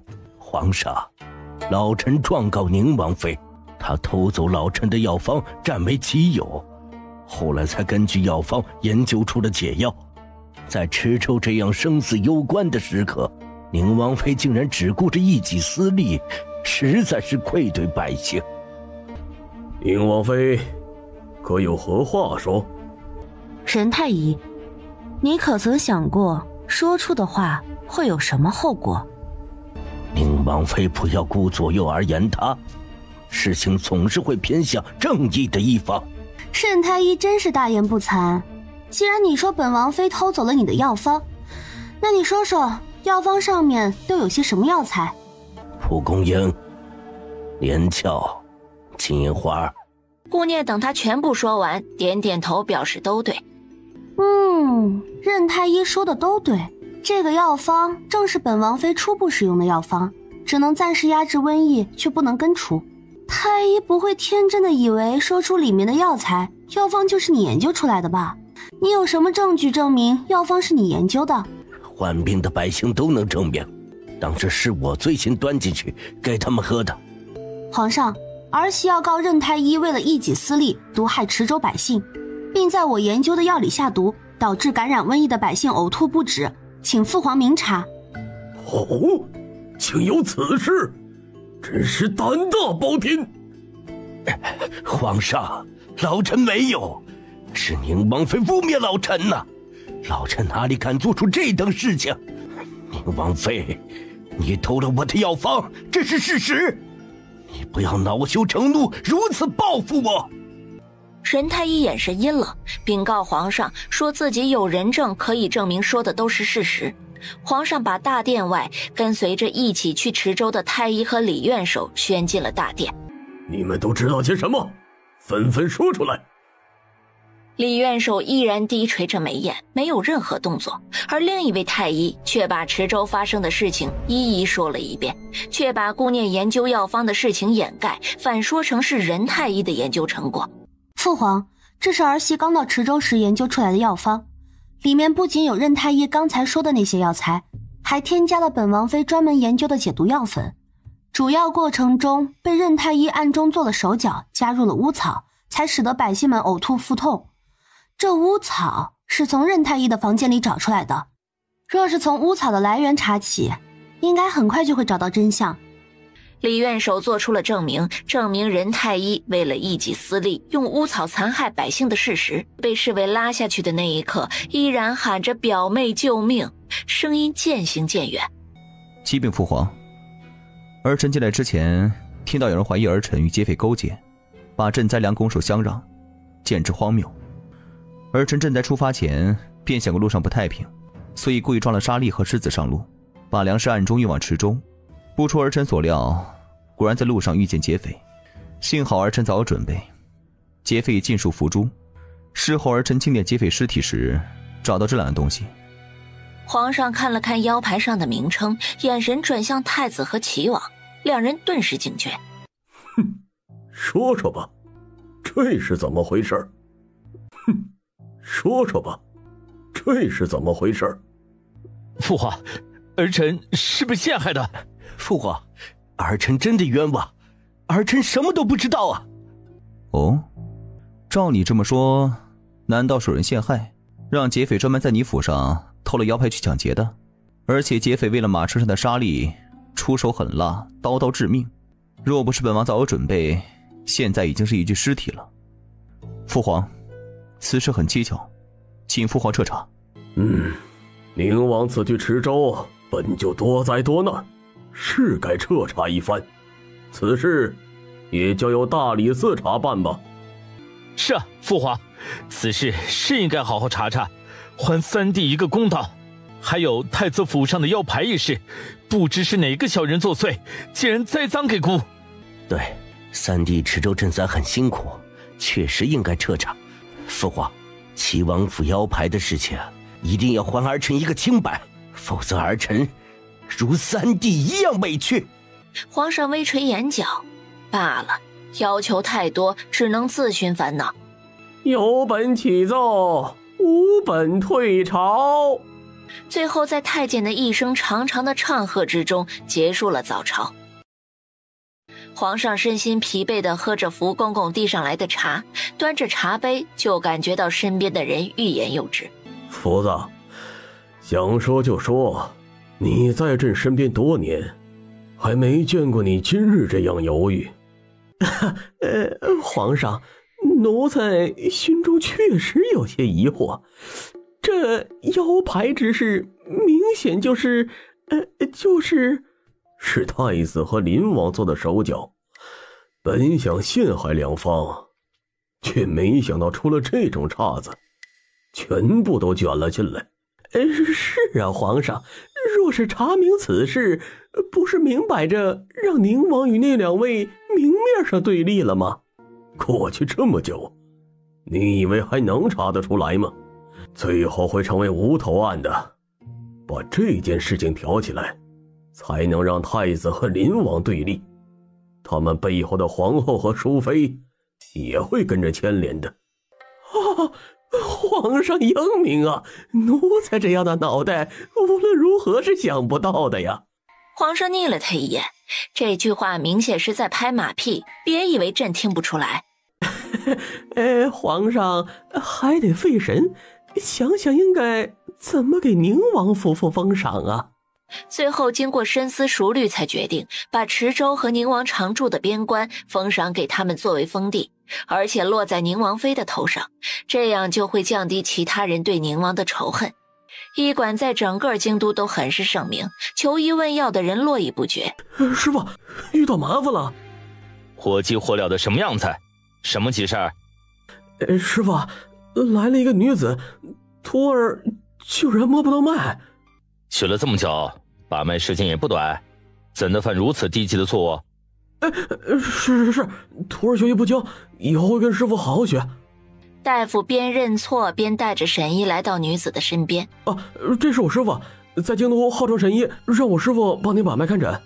沈医见女子伸出手，他就如往常一样随意地坐在椅子上，把手搭在女子的手腕上。但是什么情况？竟然摸不到脉搏。他把手挪了挪地方，依然没有。请这位小姐伸出另一只手。女子不露声色地把另一只手放到了脉诊上，最后一无所获。哎呦，老夫肚子突然疼起来，不好意思，这位小姐先稍等，老夫继续就回。沈医趁机赶紧溜了，找了一圈才在院子里找到了顾念。师傅，遇到大事了，今天可是咱们医馆的大喜日子呀，他莫不是来砸场子的？你是不是忙糊涂了？说的都是什么呀？哎呀，师傅，刚才进来一个看不见容貌的神秘女子，竟然摸不到脉搏。顾念看沈医的神色不像是说胡话，赶紧跟着沈医进去。大夫换了一个又一个，看不了就直说，何必为难？只是这京都声名远播的永安医馆也不过如此嘛。这位小姐，我们是不是在哪里见过？况且没试过，怎么知道看不了呢？顾念忍下心中那股似曾相识的感觉，认真把手指放到了脉搏处，结果和沈医刚才的惊讶一样，一个大活人竟然真的没有脉搏。请问这位小姐哪里不舒服？中医讲究望闻问切，您戴着帷帽什么也不说，若是出现误诊，我们医馆可不担这个责任。本姑娘得了一种不知名的怪病，每月15月圆夜，脸上的皮肤都会剧痛无比，而且还会面目全非，过去之后又会自动痊愈。听说你们永安医馆医术高超，本小姐就过来一试，没想到竟然是这般徒有虚名。既然小姐也想把病症治好，何不把帷帽摘下，让我看一下您的发病所在，或许可以找到病因呢？不行，本小姐的脸不能见风，也不能见光，否则发病之时会更加严重。请大夫诊脉吧，本小姐到底是得了什么病？他定了定心神，猛地把女子的袖子推上去，露出了白皙的手臂。果然，跳动的脉搏在臂弯下1寸处消失。你不是得了什么怪病，而是中毒，而且从你的脉象上看出，你不止中毒1次。请问大夫，本小姐应该如何医治？小姐中毒已深，我暂时无法提供解药，需要一些时日研究一下。小姐不妨留个地址，若是研究出了解药，我给您送过去。不用了，本小姐过几日再来。等女子的身影上了马车，顾念赶紧吩咐流星暗中跟上他们。师傅，您可真厉害，徒弟还是第一次见到脉搏不在手腕上的，您是怎么发现的？活着的人不可能没有脉搏，只是隐藏在不太明显的位置而已。还有那个女子，我怎么觉得在哪里见过呢？而且从她的身上感觉到了冷然和憎恨。一炷香过后，流星匆匆地回来。王妃，奴婢无能，把人跟丢了。跟丢了？是的，王妃，那女子身边跟着的丫鬟身子矫健，脚步轻盈，能看得出是个会武功的，而且武功不低。顾念和沈医都一副了然的神情，既然一时不清楚女子的身份，那就不想了，以后肯定会知道的。沈医，慈善堂建立的怎么样了？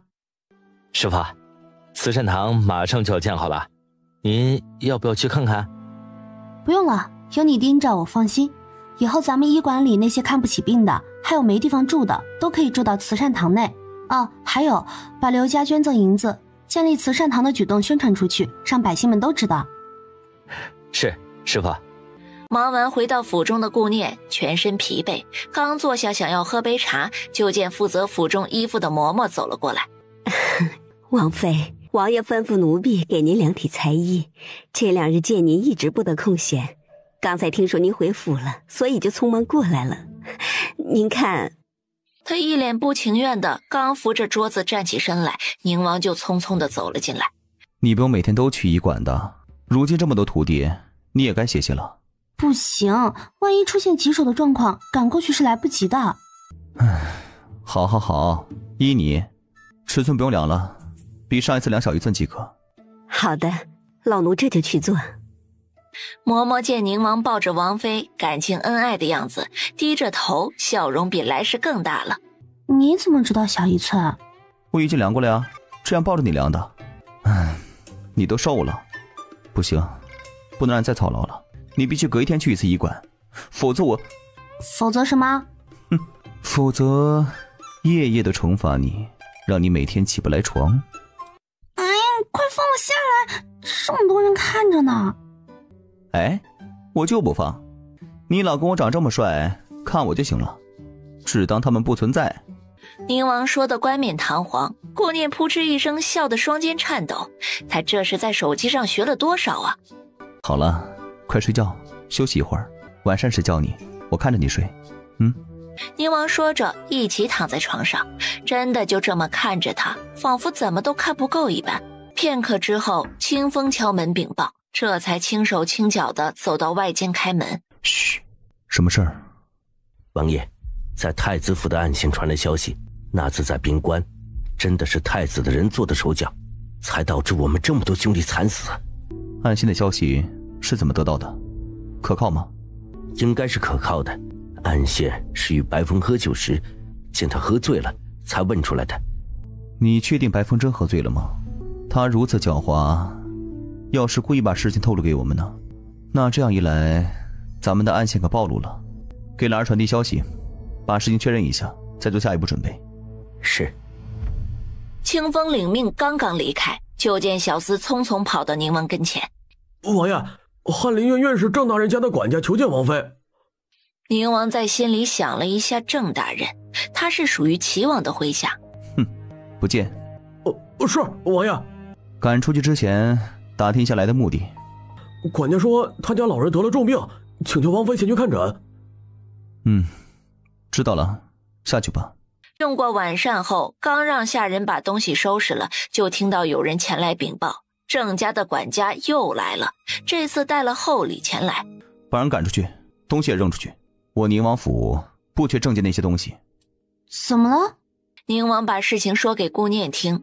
你放心吧，这郑大人可是出了名的孝子，到现在还卸不下面子，说明老夫人死不了，郑家还会再来的，你且等着吧。顾念觉得他的话有道理，同时心里还想着，若是能医治好老夫人的病，是不是能把郑大人给拉拢过来呢？1日一早，老夫人病情突然加重，此时的郑府一片阴霾。老爷，您不能去呀，京都没有秘密可言，您只要进了宁王府，齐王就会知道的，他肯定会怀疑老爷。母亲病重，我必须得去，让开。夫人身子一歪，看着他决绝的背影，眼泪顺着脸颊滑落。到了宁王府，郑大人来不及整理衣服，就赶紧带着礼物求见。顾念被宁王拦在房间里，非得亲热一下才能出去。你是故意的吧？我就是故意的，不让他着急一会儿，不知机会来之不易。在郑大人心急如焚之际，终于看到宁王与宁王妃携手前来的身影。宁王妃，老臣的母亲病重，请求王妃能前去帮忙诊治。哎，郑大人别急，本王与王妃这便随你前去，一定尽力救治老夫人。这家伙变脸真快呀！刚才还一副故意拖延的模样，现在就变成了心系病人的大善人。郑大人放宽心，请带路吧。母亲的病情确实不能再等了，她赶紧忍住已经微红的眼眶，在前面带路，同时忍下的还有心里千万种感激。两辆马车一前一后的在长街疾驰，半炷香的时间就到了郑府，一路跟随郑大人来到老夫人的房间。顾念把老夫人的衣袖往上掀开，把手搭在老夫人的脉搏上，皮肤很烫，是明显的高热症状。片刻之后，他了解了老夫人的病情，他赶紧拿出退烧的药片放在老夫人的口中。老夫人赶紧喝水把药咽下去，您的高热太久了，会有危险的。老夫人眼神有些迟缓地看了看他，然后听话地喝水咽下了药片。老夫人高热成这个样子，怎么也没人喂药？老夫人高热成这个样子，怎么也没人喂药？不是的，母亲她一直在喝退热的汤药，但是退下去一点就立刻又热上来，反复如此。今日一早已经喝过退热的汤药，可是，刚才我给老夫人吃的药是退热药，一会儿就会好转。老夫人是不是还恶心呕吐，吃不下饭，腹痛难忍，还腹泻？是，就是这样。请问宁王妃，我母亲得了什么病啊？老夫人得的是绦虫病，因为腹痛、腹泻、脱水，又吃不下东西，导致浑身无力。老夫人年岁大了，经不住这样的折腾，所以身子虚弱的厉害。宁王妃，这个绦虫是蛊虫吗？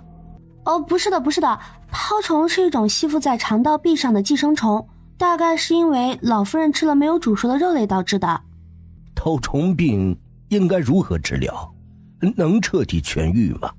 可以的，只要按照本王妃说的做，是可以彻底痊愈的。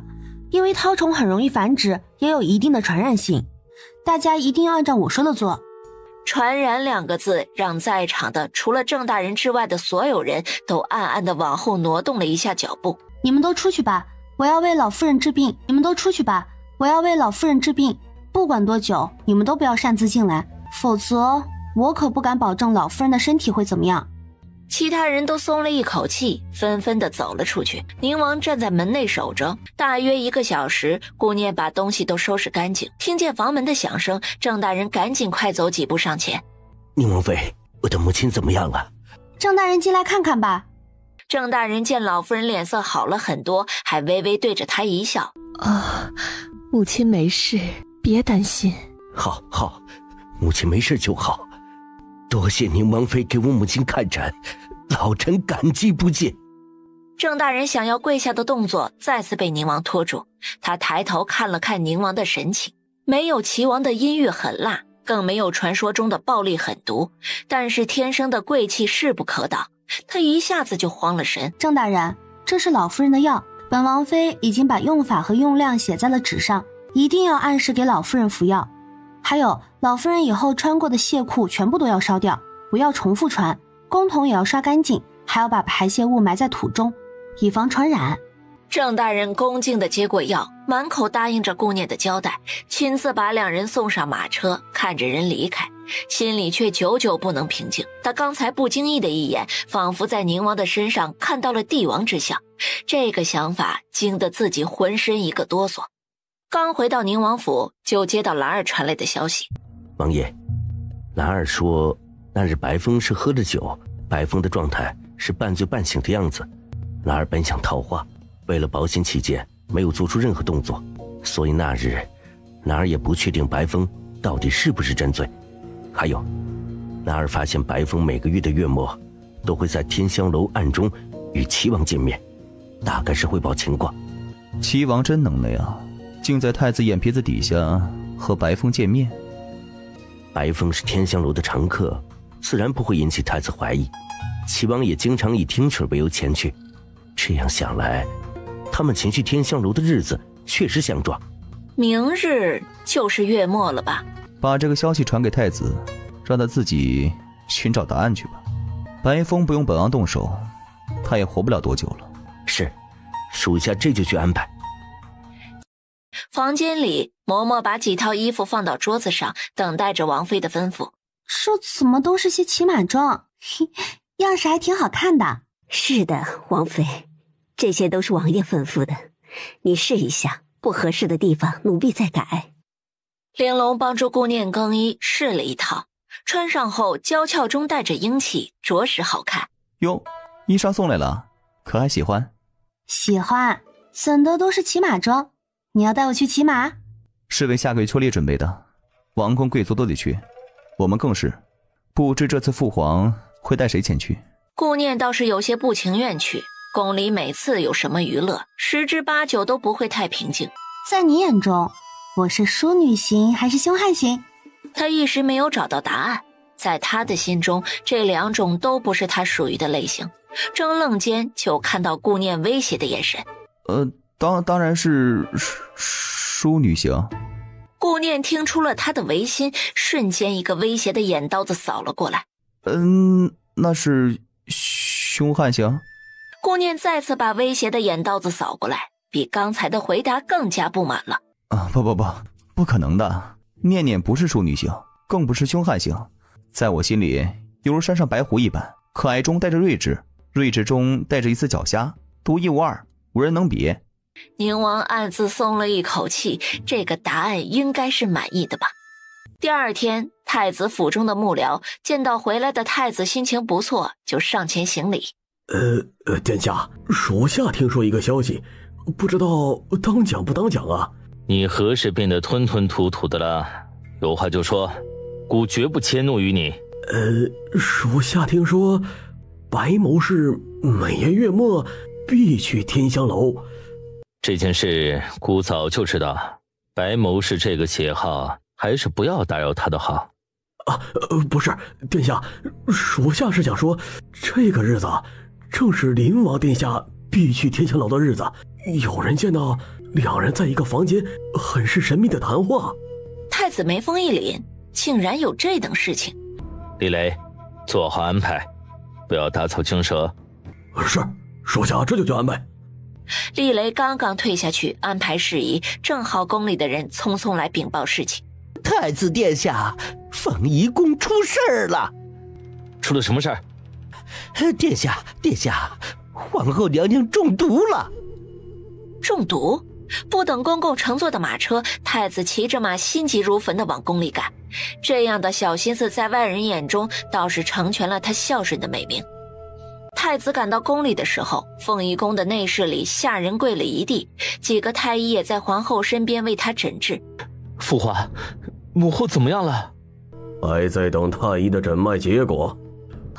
妍儿，你来了，母后以为再也见不到你了，如今见到，母后就算走也没有遗憾了。只是这下毒之人实在可恶，后宫中有如此恶毒之人，着实让人难安呐。母后莫要说不吉利的话，你一定会好起来的。父皇肯定会找到下毒之人，为母后出气。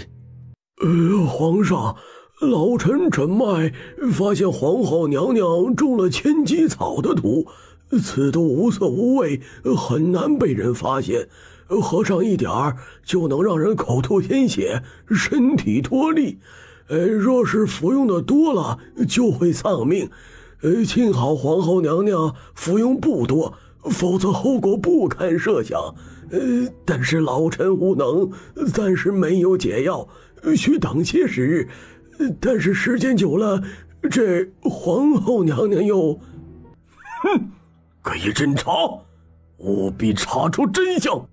跪下的丫鬟下人全部被拉到院子里一一审问，从皇后的吃食到喝水的茶水，再到用过的东西，全部都查了一遍，并没有发现任何异常。正在嬷嬷帮皇后掖被角之际，皇后使了个眼色，嬷嬷心知肚明，回了个眼神暗示，皇后放下心来。片刻之后，淑妃的小虎走着猫步，轻盈地蹦跳着进了凤仪宫。哎呀，那是什么？好像是小虎留下的痕迹呀！皇上立刻让太医检查小虎的爪子留下的粉末，经过太医检查，最后确定那是千机草的粉末。啊，淑妃，为什么？皇上，是臣妾做错了什么吗？淑妃怎能如此狠心，想要臣妾的命啊！皇上，淑妃的小虎最近经常来凤仪宫，娘娘心善，她每次过来，皇后娘娘都命令不许动她，还给她一些喜欢吃的东西。没想到淑妃娘娘竟然……父皇，儿臣以为淑妃娘娘为人和善，与世无争，没想到竟然如此狠心。把淑妃传过来。片刻之后，淑妃进了内室，她跪在皇上身前，眼泪不要钱似的往下掉。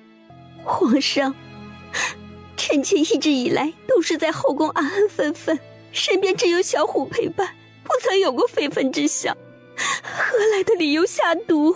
请皇上明察。皇上心如明镜，太子和齐王关系牵连着后宫，他早就知道皇后和淑妃之间肯定不会消停。淑妃，你养的猫脚底上沾着千机草的粉末，皇后就是因为这个中的毒。皇上，臣妾真的不知道啊！臣妾最近发现小虎不安分了，总是往外跑。臣妾以为只是在附近溜达，没想到竟然是来了皇后娘娘的宫里。小虎从不乱跑的，肯定是有什么东西吸引了他。你可有千机草的解药？皇上，臣妾都不知道什么千机草，哪里来的解药啊？皇上是不相信臣妾吗？皇上，求皇上查明真相，为臣妾做主啊！去淑妃的宫里搜查。侍卫在淑妃的宫里一阵乱搜，一炷香后，真的带着一包千机草的粉末送到了皇上的面前。皇上，臣妾冤枉，臣妾真的不知道。哼，传朕口谕，淑妃禁足5天，好好抄写佛经静心。心中暗自愤恨，皇上不公啊！下毒谋害皇后，竟然只惩罚禁足抄写佛经。皇上，臣妾身上的毒，要不让宁王妃前来为臣妾解毒吧？她连瘟疫都能解决，千机草的毒肯定也行。皇上对顾念的医术还是很有信心的，皇后已经提出让顾念医治，若是不同意，别人会如何想？沉思片刻之后，欣然答应。皇上从凤仪宫出来，直接去了淑妃那里，还没进门，就听见淑妃委屈的哭声。皇上，朕知道你委屈，皇后的地位迫使她任性惯了，没查明真相之前，只能让你受委屈了。你可有怪朕？臣妾不怪皇上，只要皇上心里有臣妾，臣妾受些委屈也心甘情愿。皇上的态度对于淑妃来说很是受用，有了皇上的理解，哭声渐小，心中仿佛得到了慰藉。皇上回到御书房，福公公疑惑道：皇上知道淑妃娘娘是冤枉的？哼，后宫的女人没有一个是省油的灯，如今后宫中就属皇后和淑妃最不安分，他们2个人谁都不会无辜，挑起他们之间的嫌隙，才有可能削弱他们背后的势力。福公公恍然大悟，原来皇上心如明镜，他就放心了。此时宁王正坐在前厅悠哉地喝着茶，来传消息的公公耷拉着脑袋，没有了刚刚趾高气扬的样子。宁王斜瞪了站在一旁的公公一眼，他心中腹诽，我家念念睡会儿觉，怎的就这么难呢？清风贴在宁王耳边低语几句，宁王拧眉，又来一个。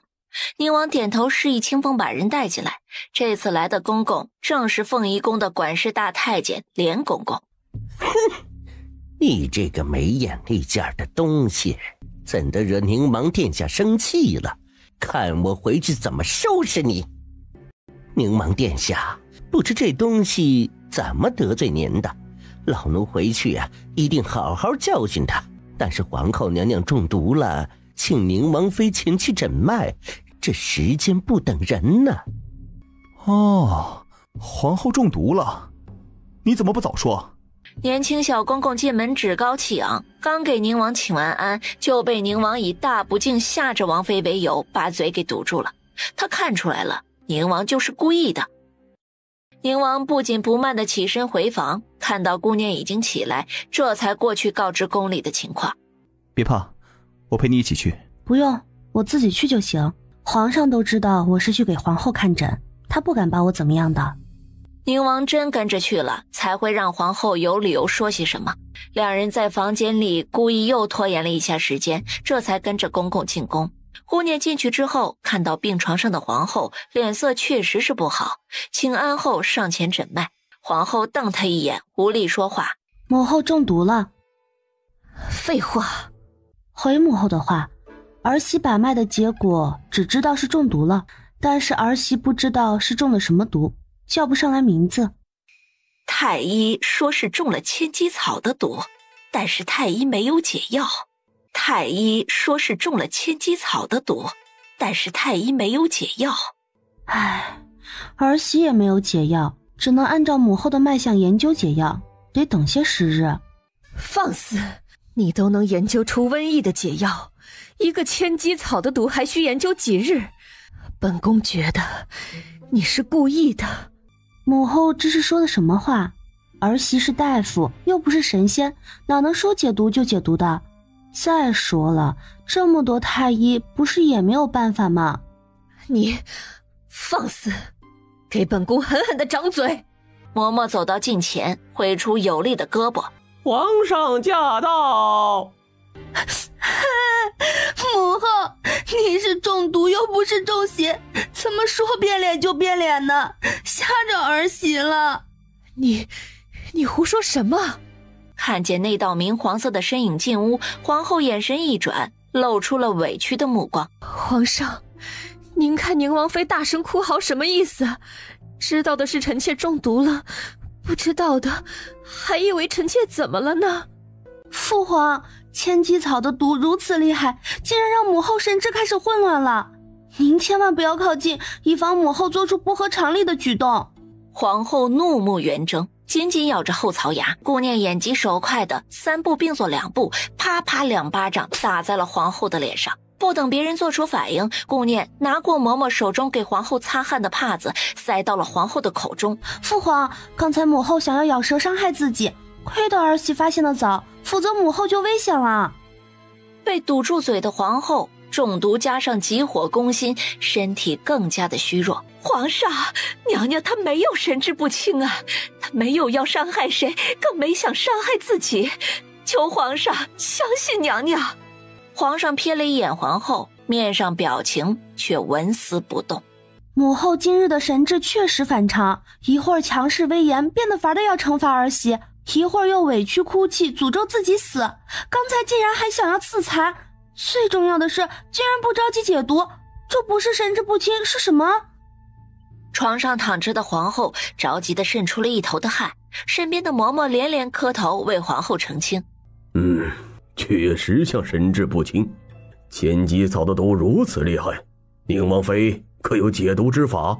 父皇，儿媳这里有暂时压制住神志混沌的药，却没有解药，解药还需要研究一些时日才行。只能先这样了。顾念明白了皇上的意思，赶紧把皇后口中的帕子摘掉，迅速将一颗巧克力豆塞进了皇后的嘴里，又迅速地把帕子堵上她的嘴。皇后神志不清，恐怕伤人伤己，暂时关在凤仪宫内，不得出去。等解药研究出来，会派人送来，好好伺候皇后歇息。皇上带着众人离开，顾念紧跟其后出了凤仪宫。此时不跑，更待何时？皇上转头看向顾念，带着对小贝的关心问：皇后没有惩罚你吧？多谢父皇关心，儿媳没事。那就好，否则宁儿会担心的。宁王只是不善于表达，其实……你给皇后吃的是什么？回父皇，那是巧克力豆。回父皇，那是巧克力豆，是一种带有甜苦混合味道的糖豆。为了不被皇后找麻烦，你最近还是不要进宫了。是，多谢父皇。连皇后的病都控制不住，给朕滚出去！没有朕的传召，不得入宫。皇上说完甩袖离开，福公公躬身紧随其后。顾念被突然变脸的皇上吓了一跳，他明白皇上用心良苦，是在保护他呢。很快宫里就会传遍顾念因为不能为皇后解毒遭到皇上的厌烦。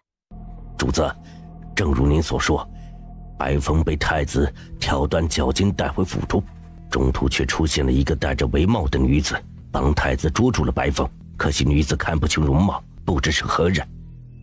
宁王沉思片刻，有些疑虑，竟然有这等事，到底是谁在帮助太子？难道是想和太子联手？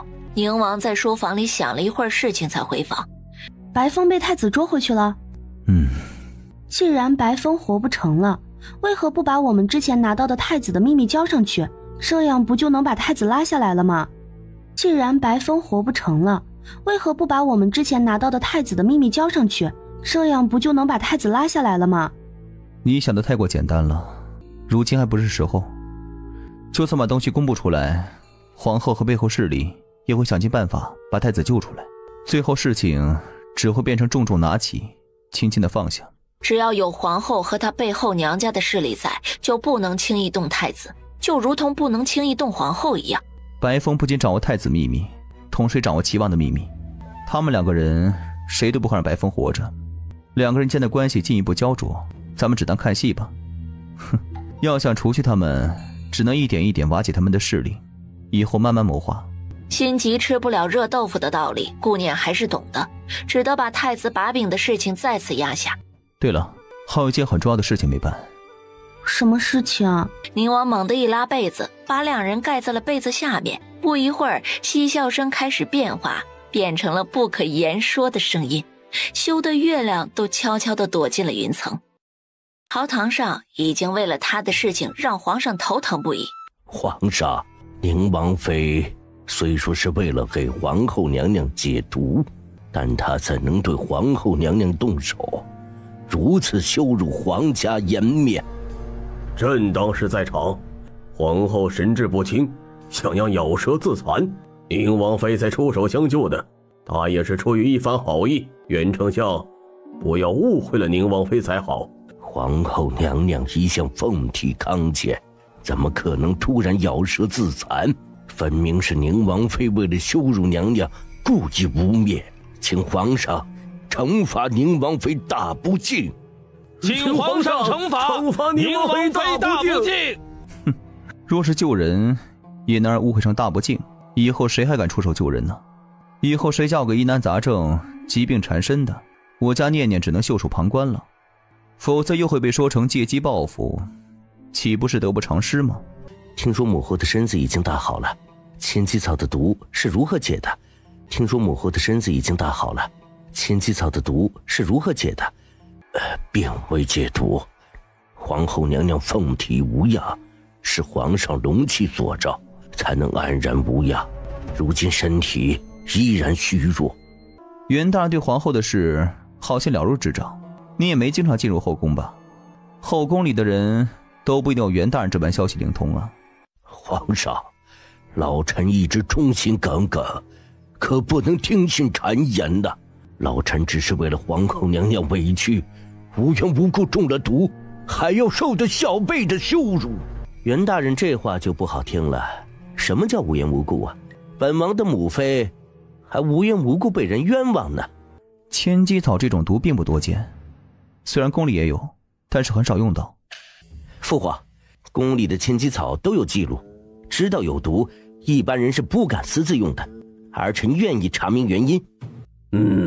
齐王是个孝顺的，为了你母妃亲自调查此案，朕很欣慰，你母妃也会高兴的。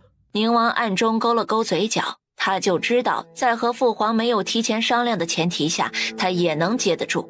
皇后与右丞相的势力独大，这不是掌权人想看到的局面。有了调查的权利，齐王就能自由出入皇宫，正好在出宫的时候遇到准备出宫的萧月儿。月儿妹妹，好久不见，今日是来看望母后的吧？母后身子可痊愈了？一声月儿妹妹，让萧月儿顿时心里甜甜的。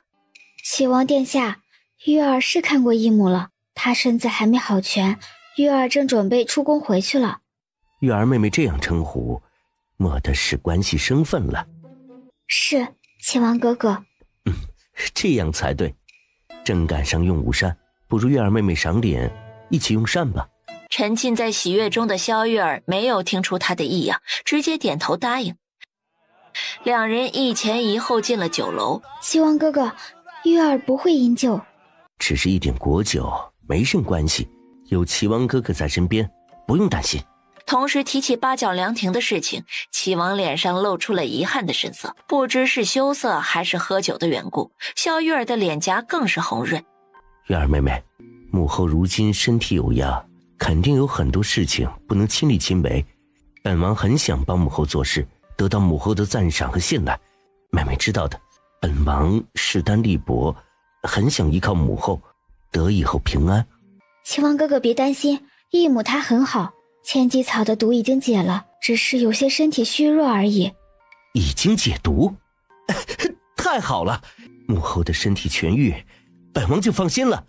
也不知母后如何种的千机草，这以后啊，都不知如何防范。齐王哥哥，玉儿相信淑妃娘娘是冤枉的，可是义母她应该也是被人陷害的。玉儿没听说义母和谁有接触，只听说丞相的夫人进宫见过皇后。丞相夫人？妹妹说的是，都是一家人，怎么可能下毒害母后？应是另有其人。齐王知道了答案，迅速转移话题。玉儿妹妹，你在宁王府住的可还习惯？挺好的。宁王妃是嚣张跋扈，不讲道理，三皇帝对她护得紧，本王看不得妹妹受委屈。宁王府发生了何事，一定要告诉本王，本王才好帮你想的对策。萧玉儿的脸色顿时泛着为难之色。告诉你一个秘密，你的哥哥宁王的萧父家其实不是为宁王挡箭而死的，他早就背叛了宁王，当时躲避不及中箭，让人们都误以为你哥哥是为了宁王而死。这件事若是被宁王知道，你觉得他还会善待你吗？不是的，我哥哥没有背叛宁王哥哥，没有。玉儿妹妹别着急，其实本王是心疼你的，妹妹好好想想吧。齐王说完，整理了一下衣袍，转身走出了酒楼。黎明破晓之时，齐王带着一队侍卫，严肃凶悍地进入了天香楼。是谁这么没眼力劲儿？这打扰小爷的好吗？因为开门太慢，齐王等不及了，直接让人一脚把门给踢开。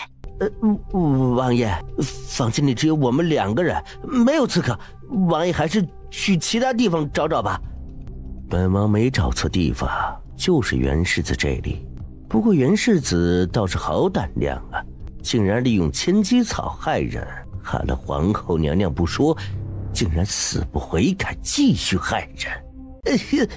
王爷你说笑了吧？本世子何来的千机草害人？破进房间里除了本世子就是娇儿，哪里有王爷所说的被害之人？齐王对着里间的方向抬了抬下巴，袁胜顺着他指的方向看过去，此时床上躺着的娇儿脸色煞白，没有一丝血色，她搂着睡了一晚上的女人竟然死了。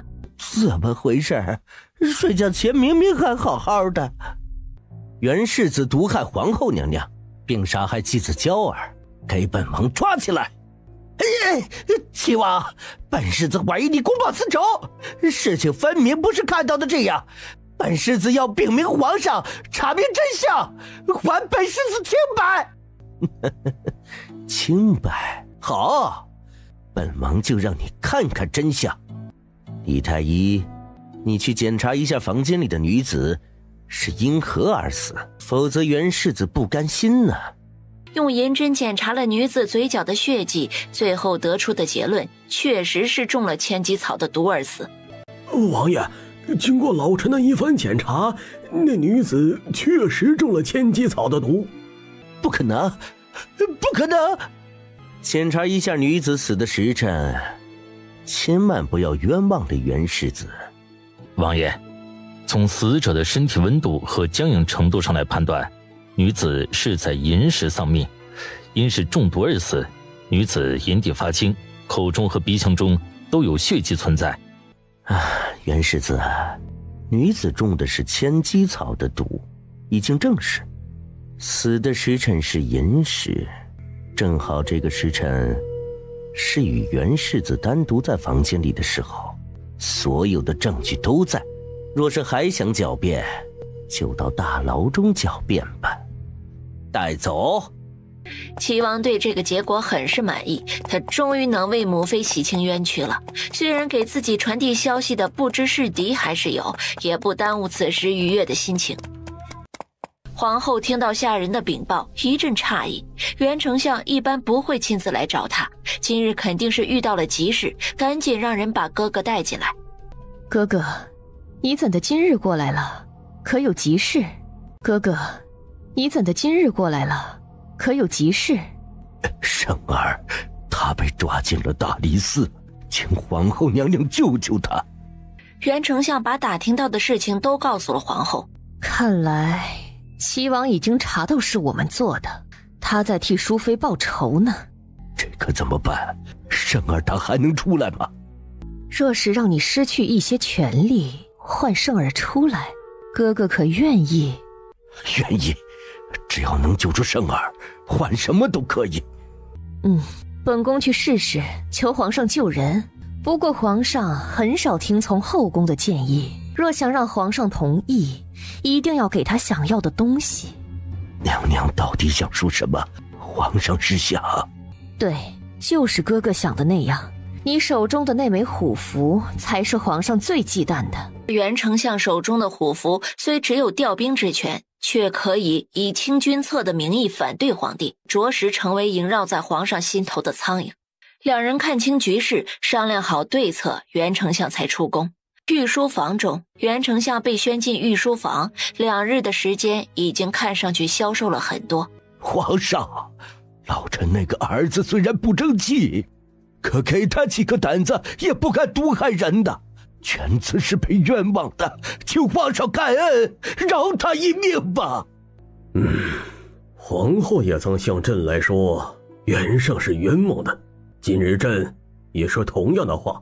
此案已经交给林王，但是没有证据，让朕如何放人呢？让朕如何给被害人一个交代？就算朕知道袁胜是冤枉的，知道丞相一心向国，朕也不能没有任何理由的释放一个不能自证清白之人呢。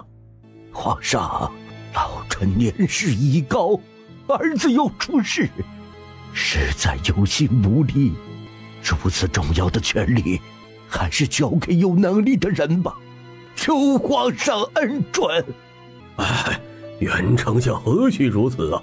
这虎符在袁爱卿手中，朕才放心呢。你怎能说放手就放手呢？爱卿，还是收回去吧。你怎能说放手就放手呢？爱卿，还是收回去吧。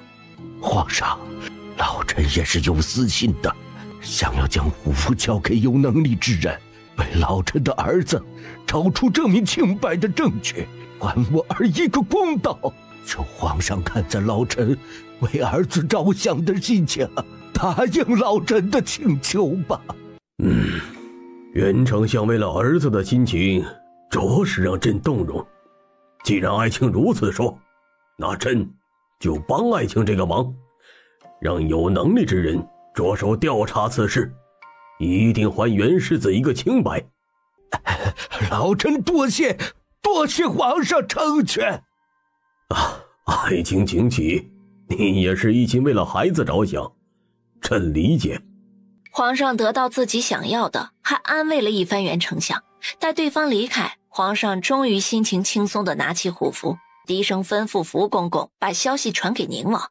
他知道宁王还会有下一步的动作，父子2人配合很是默契。宁王收到消息的时候，眉梢微微挑了挑。成功了，我就知道，只要王爷出手，什么都不在话下。赏月宴上，你对袁胜是不是做手脚了？你怎么知道？我做的如此隐秘，还是被你发现了。真是不好玩。你的每一个动作都被我看在眼里，你的一切都别想逃过我的眼睛。也没有，我只是给袁胜下了点毒而已。谁让他那个爹诬陷我毒害皇后？我要让他跪下来求我。下毒？在大理寺中有安排自己的人，怎的没听说袁胜有中毒的迹象？你不是要对付袁府吗？我哪里能耽误大事，只是用了慢性毒药，延迟几日毒发而已。既然虎符已经交上，待元圣出了大理寺，差不多时间就到了。宁王露出原来如此的表情，想到父皇送来的消息，直接吩咐：清风，把千机草的毒放到娇儿房间里，藏在一个容易找到又不刻意的地方，做成自杀假象。是王爷，属下这就安排人去办。被放回府中的元圣已经被折磨的丢掉了半条命，心疼的元夫人泪水爬满了脸颊。别在这里哭哭啼啼的，儿子会好起来的。希望这次的事儿能让圣儿长长教训。不好了，老爷夫人，世子他……圣儿怎么了？元圣被折磨的身子还没好，脸上和身上又起了很多水泡，又红又肿。老爷，赶紧请太医吧。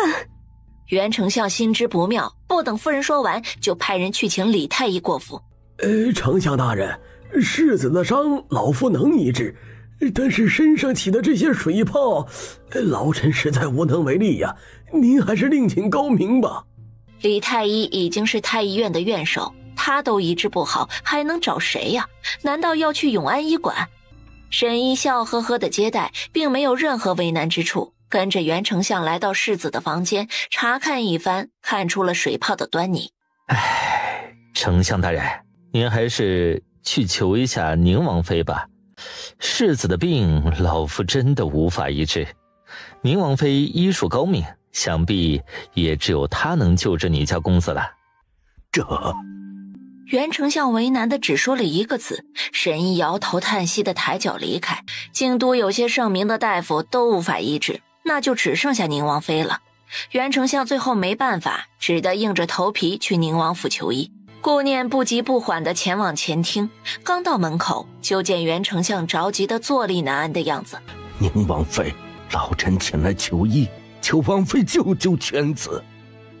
袁大人，不是本王妃不去，实在是不敢看诊啊。病这个东西是很玄幻的，这医治好了吧，会被人说成病人体格好，好得快，和大夫没关系。若是医治不好，就说是大夫不行，延误了病情。还有的人已经医治好了，竟然被不要脸的说成是害他。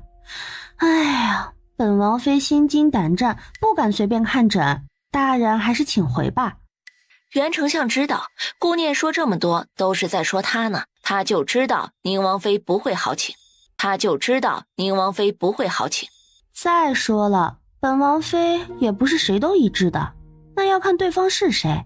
自己都已经如此恭敬，宁王妃还是如此态度，让他老脸往哪儿放？老臣以前误会王妃，请王妃大人不计小人过，别与老臣一般计较。顾念瞥了他一眼，虽然不知道是不是真心，表面功夫倒是做得很好。好吧，但是大人是知道的，本王妃的诊金很高，看诊费、治疗费、药材费、观察费等等。再说您儿子的病症是因为别人都无法医治才找到本王妃，可见病症罕见难医。本王妃大概算了一下，差不多2万两银子。好，都听王妃的。顾念瞥了瞥他，心中腹诽，答应的这么爽快，难道是自己要少了？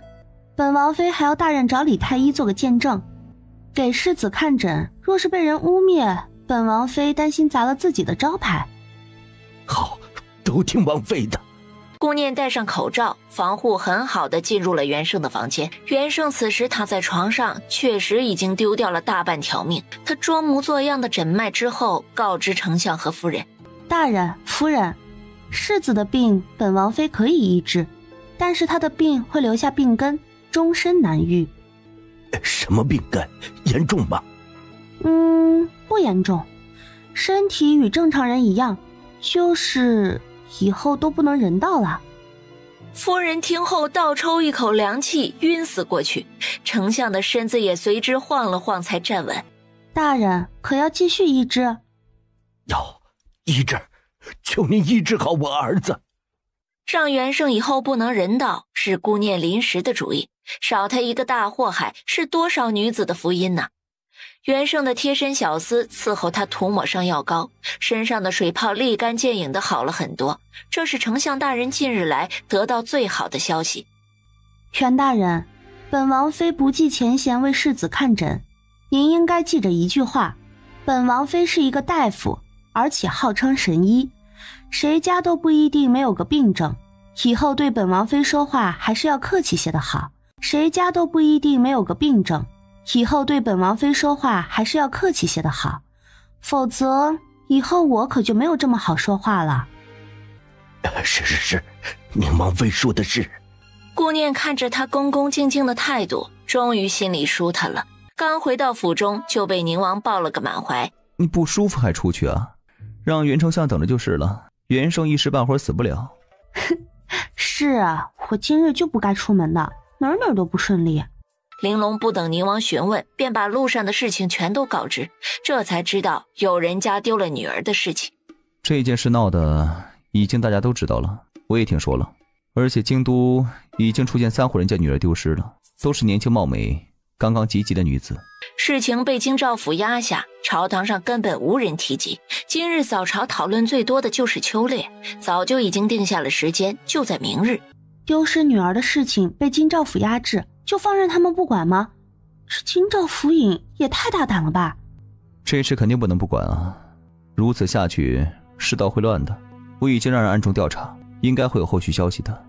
顾念听后终于放下心来，这是他第一次参加秋猎，心情很好的指挥玲珑收拾东西。秋风瑟瑟，卷着黄叶纷飞，让隐蔽的小院子更加显得神秘。哭什么哭？不想死都给我闭嘴！求求你们放我走吧，家里的母亲还在生病，求求你们，求求你放了我们吧，我们不想死。我不想死。不想死就给我安分一点，否则立刻赐死。见他们终于静了声，彩儿轻轻松了一口气，这才离开房间，走到小姐身边低声询问：小姐，明日就是秋猎，与太子的合作还来得及吗？秋猎不止一日，来得及。女子声音寒冷，没有一丝感情，一张脸清秀婉约，美不胜收，只是这容貌透着陌生，早已经不是自己的模样。今日就是15，她到底还是得承受每月15的剧痛折磨。回神后，走到书桌前，提笔写下一封信，递给彩儿。彩儿，这封信务必亲手交给太子。是，小姐，奴婢这就去。彩儿就在下人的带领下走到太子的面前，她毕恭毕敬地把信递上。太子看完信之后，眉头猛地一紧：你家小姐到底是谁？如何知道这么多事儿？还有，若是想要与孤合作，还是有些诚意的好。当然，我家小姐很有诚意的与太子殿下合作，就如信上所说，诚意满满。再次双手举高，把手中的小纸包递上。太子殿下听说过西域奇毒琉璃草吧？这种毒已经在世间销声匿迹，如今我家小姐把这种难得的东西送与殿下，以表诚意。传说琉璃草是西域奇毒，若是想要下毒害谁，定能神不知鬼不觉。你家小姐想如何合作？我家小姐想知道太子殿下在皇家围场的部署。惊得太子眸光一凛，立刻露出了寒光。小姐说她不但不会破坏，还会助您一臂之力。若非孤有十足的把握和定力，都会以为你们有什么不可告人的阴谋，或者你们想要的是什么？小姐说了，与太子合作肯定有所图，但是所图之物肯定是太子殿下给得起的，而且绝不让您吃亏。好，回去告诉你家小姐，孤应下来。彩儿谢过太子之后离开，刚回到院子，就听见里面隐隐约约地传来痛苦的呻吟声。小姐，你还好吧？房间里，女子疼得仿佛在撕扯自己的脸，而且脸上的光滑白皙已经不在，如今只剩下满脸的疙瘩和红肿，还有皮肤皱裂、鲜肉淋漓之感。太他们让我受此锥心之痛，我必让他们百倍偿还。小姐，彩儿回来了，你要不要用药引？彩儿帮你。赶紧点头让彩儿速去速回。彩儿几步走到关押3个女子的房间，抓着一个人的胳膊就往外拖，带到小姐的房间内。她拔出匕首，对着躺在地上的人直接下手。一把女子的脸皮扒下来的时候，竟然又快又整齐。死的时候身体完好无损，只是一张脸已经血肉模糊，没有了模样。一盏茶的功夫，上面的血液很快被吸收。小姐，这里不比京郊，咱们刚到京都，这样会不会引来麻烦？是得尽快找医治的办法才行。没想到有朝一日，我苏贤因那个贱人中毒，还要仰仗那个贱人解毒。小姐，这些如何处理？今日正好是他们出发秋猎的日子，待晚上无人发现之际，随便扔到乱葬岗吧。那儿会有很多野狗等着，时间长了也剩不下太多证据。是，小姐。皇家围场在城北处的天印山，车队浩浩荡荡，用了大半天的时间到达。王爷，真的如您所料，围场内有异常，而且属下的人发现很多地方都被人撒了药粉。没事儿，还会继续折腾的，盯紧他们，确定一下谁的人。没事儿，还会继续折腾的，盯紧他们，确定一下谁的人。清风疑惑，几个暗处被撒了不知是什么东西的药粉都不管了吗？还会继续折腾又是个什么意思？宁王看出他的疑惑，竟然耐着性子指了指天色。清风刚走出帐篷没多远，就见天色渐渐暗了下来，他这才明白主子的意思。大雨将至，什么药粉都会被雨水冲刷干净，脚步匆匆地放心离开。不远处，太子的帐篷里正在对身边的人发脾气。你不是打听了钦天监的预测吗？如此大的雨，把提前的准备都废了，你可知道浪费了我多少心思？殿下，属下是提前打听的钦天监的预测，这是吴大人亲口告诉别人的，属下也不知道会这样，求殿下恕罪。吴大人，难道？殿下，属下过来之时，见到吴大人被皇上削了过去，以吴大人的样子，仿佛对今日的雨也很是意外。暗中打听一下吴大人的预测，这场雨何时能停？提前做好准备，计划一如既往，千万小心一些。暗卫松了一口气，赶紧退出了帐篷。雨后山上的空气格外的清新，如吴大人预测的一般，太阳早早的露了出来。闲不住的顾念早早起床，伸了个懒腰。他带着玲珑出去走走，呼吸一下新鲜空气，顺着山路的方向往上走，但是并没有走那条小路，而是随性的想去哪里就往哪里走。王妃，坐下歇歇脚吧。也行。哎呀，还真的有些累了。如今被下人伺候惯了，竟然养成了娇惯的身子。若是以前，一口气上山不在话下。哎呀，堕落了！突然，一个女子激动的声音传来，让两人顿时停下了动作。不行，宁王妃是我的姐姐，我怎么能……哼，你还真是天真，你把她当成姐姐，在她心里有你这个妹妹吗？想必早就不把自己当成顾家人了。就算大姐与我们不亲近，血脉相连，她也是我的姐姐。女子冷冷地嗤笑一声，见顾柔是真的不想帮忙，也欣然同意了。不是真心的帮忙没用。等两人的脚步声渐行渐远，顾念才挪了挪硌得发疼的屁股。王妃，他们想要害你，不知道是什么计划。他们的计划咱们哪里知道，到时候再说吧。王妃，处处存在危险，怎么能到时候再说呢？您得提前谋划，防止他们的计划。看顾柔的表现，说明对方的身份不会高于顾家，或者与顾家不相上下，或者低于顾家，否则他不敢拒绝得如此干脆。一边看风景，一边想事情，不知不觉间就回到了落脚地。刚进入帐篷，就见一个蝴蝶似的人影飞奔过来。四小姐，请自重。自重？姐姐又不是男人。姐姐，妹妹等了你好久，妹妹有很重要的事告诉你。有人要害姐姐。哦，是吗？妹妹如何得知的？又是谁要害我呢？姐姐，我不能告诉你她的身份，但是妹妹说的都是真的。她还想让我帮忙，我怎么能害自己的姐姐呢？坚决不能同意。顾柔说的大义凛然，眼神瞥向顾念，竟然表情没有任何变化，都不感动的吗？姐姐，你一定要相信妹妹，妹妹是不会害你的，姐姐千万要小心。好，我知道了，多谢妹妹前来告知。顾念说着抓住了顾柔的手，顺便把自己手腕上的玉镯划过去，戴在了顾柔的手腕上。唉，关键时刻还是亲人最可靠，毕竟我们身上流着相同的血，对方也不知道是谁，想防都很难啊。姐姐说的对。若是知道对方是谁的话，我还能想想对策，如今不知道对方的身份，就算知道自己会有危险，也不好避免。唉，妹妹说这该如何是好？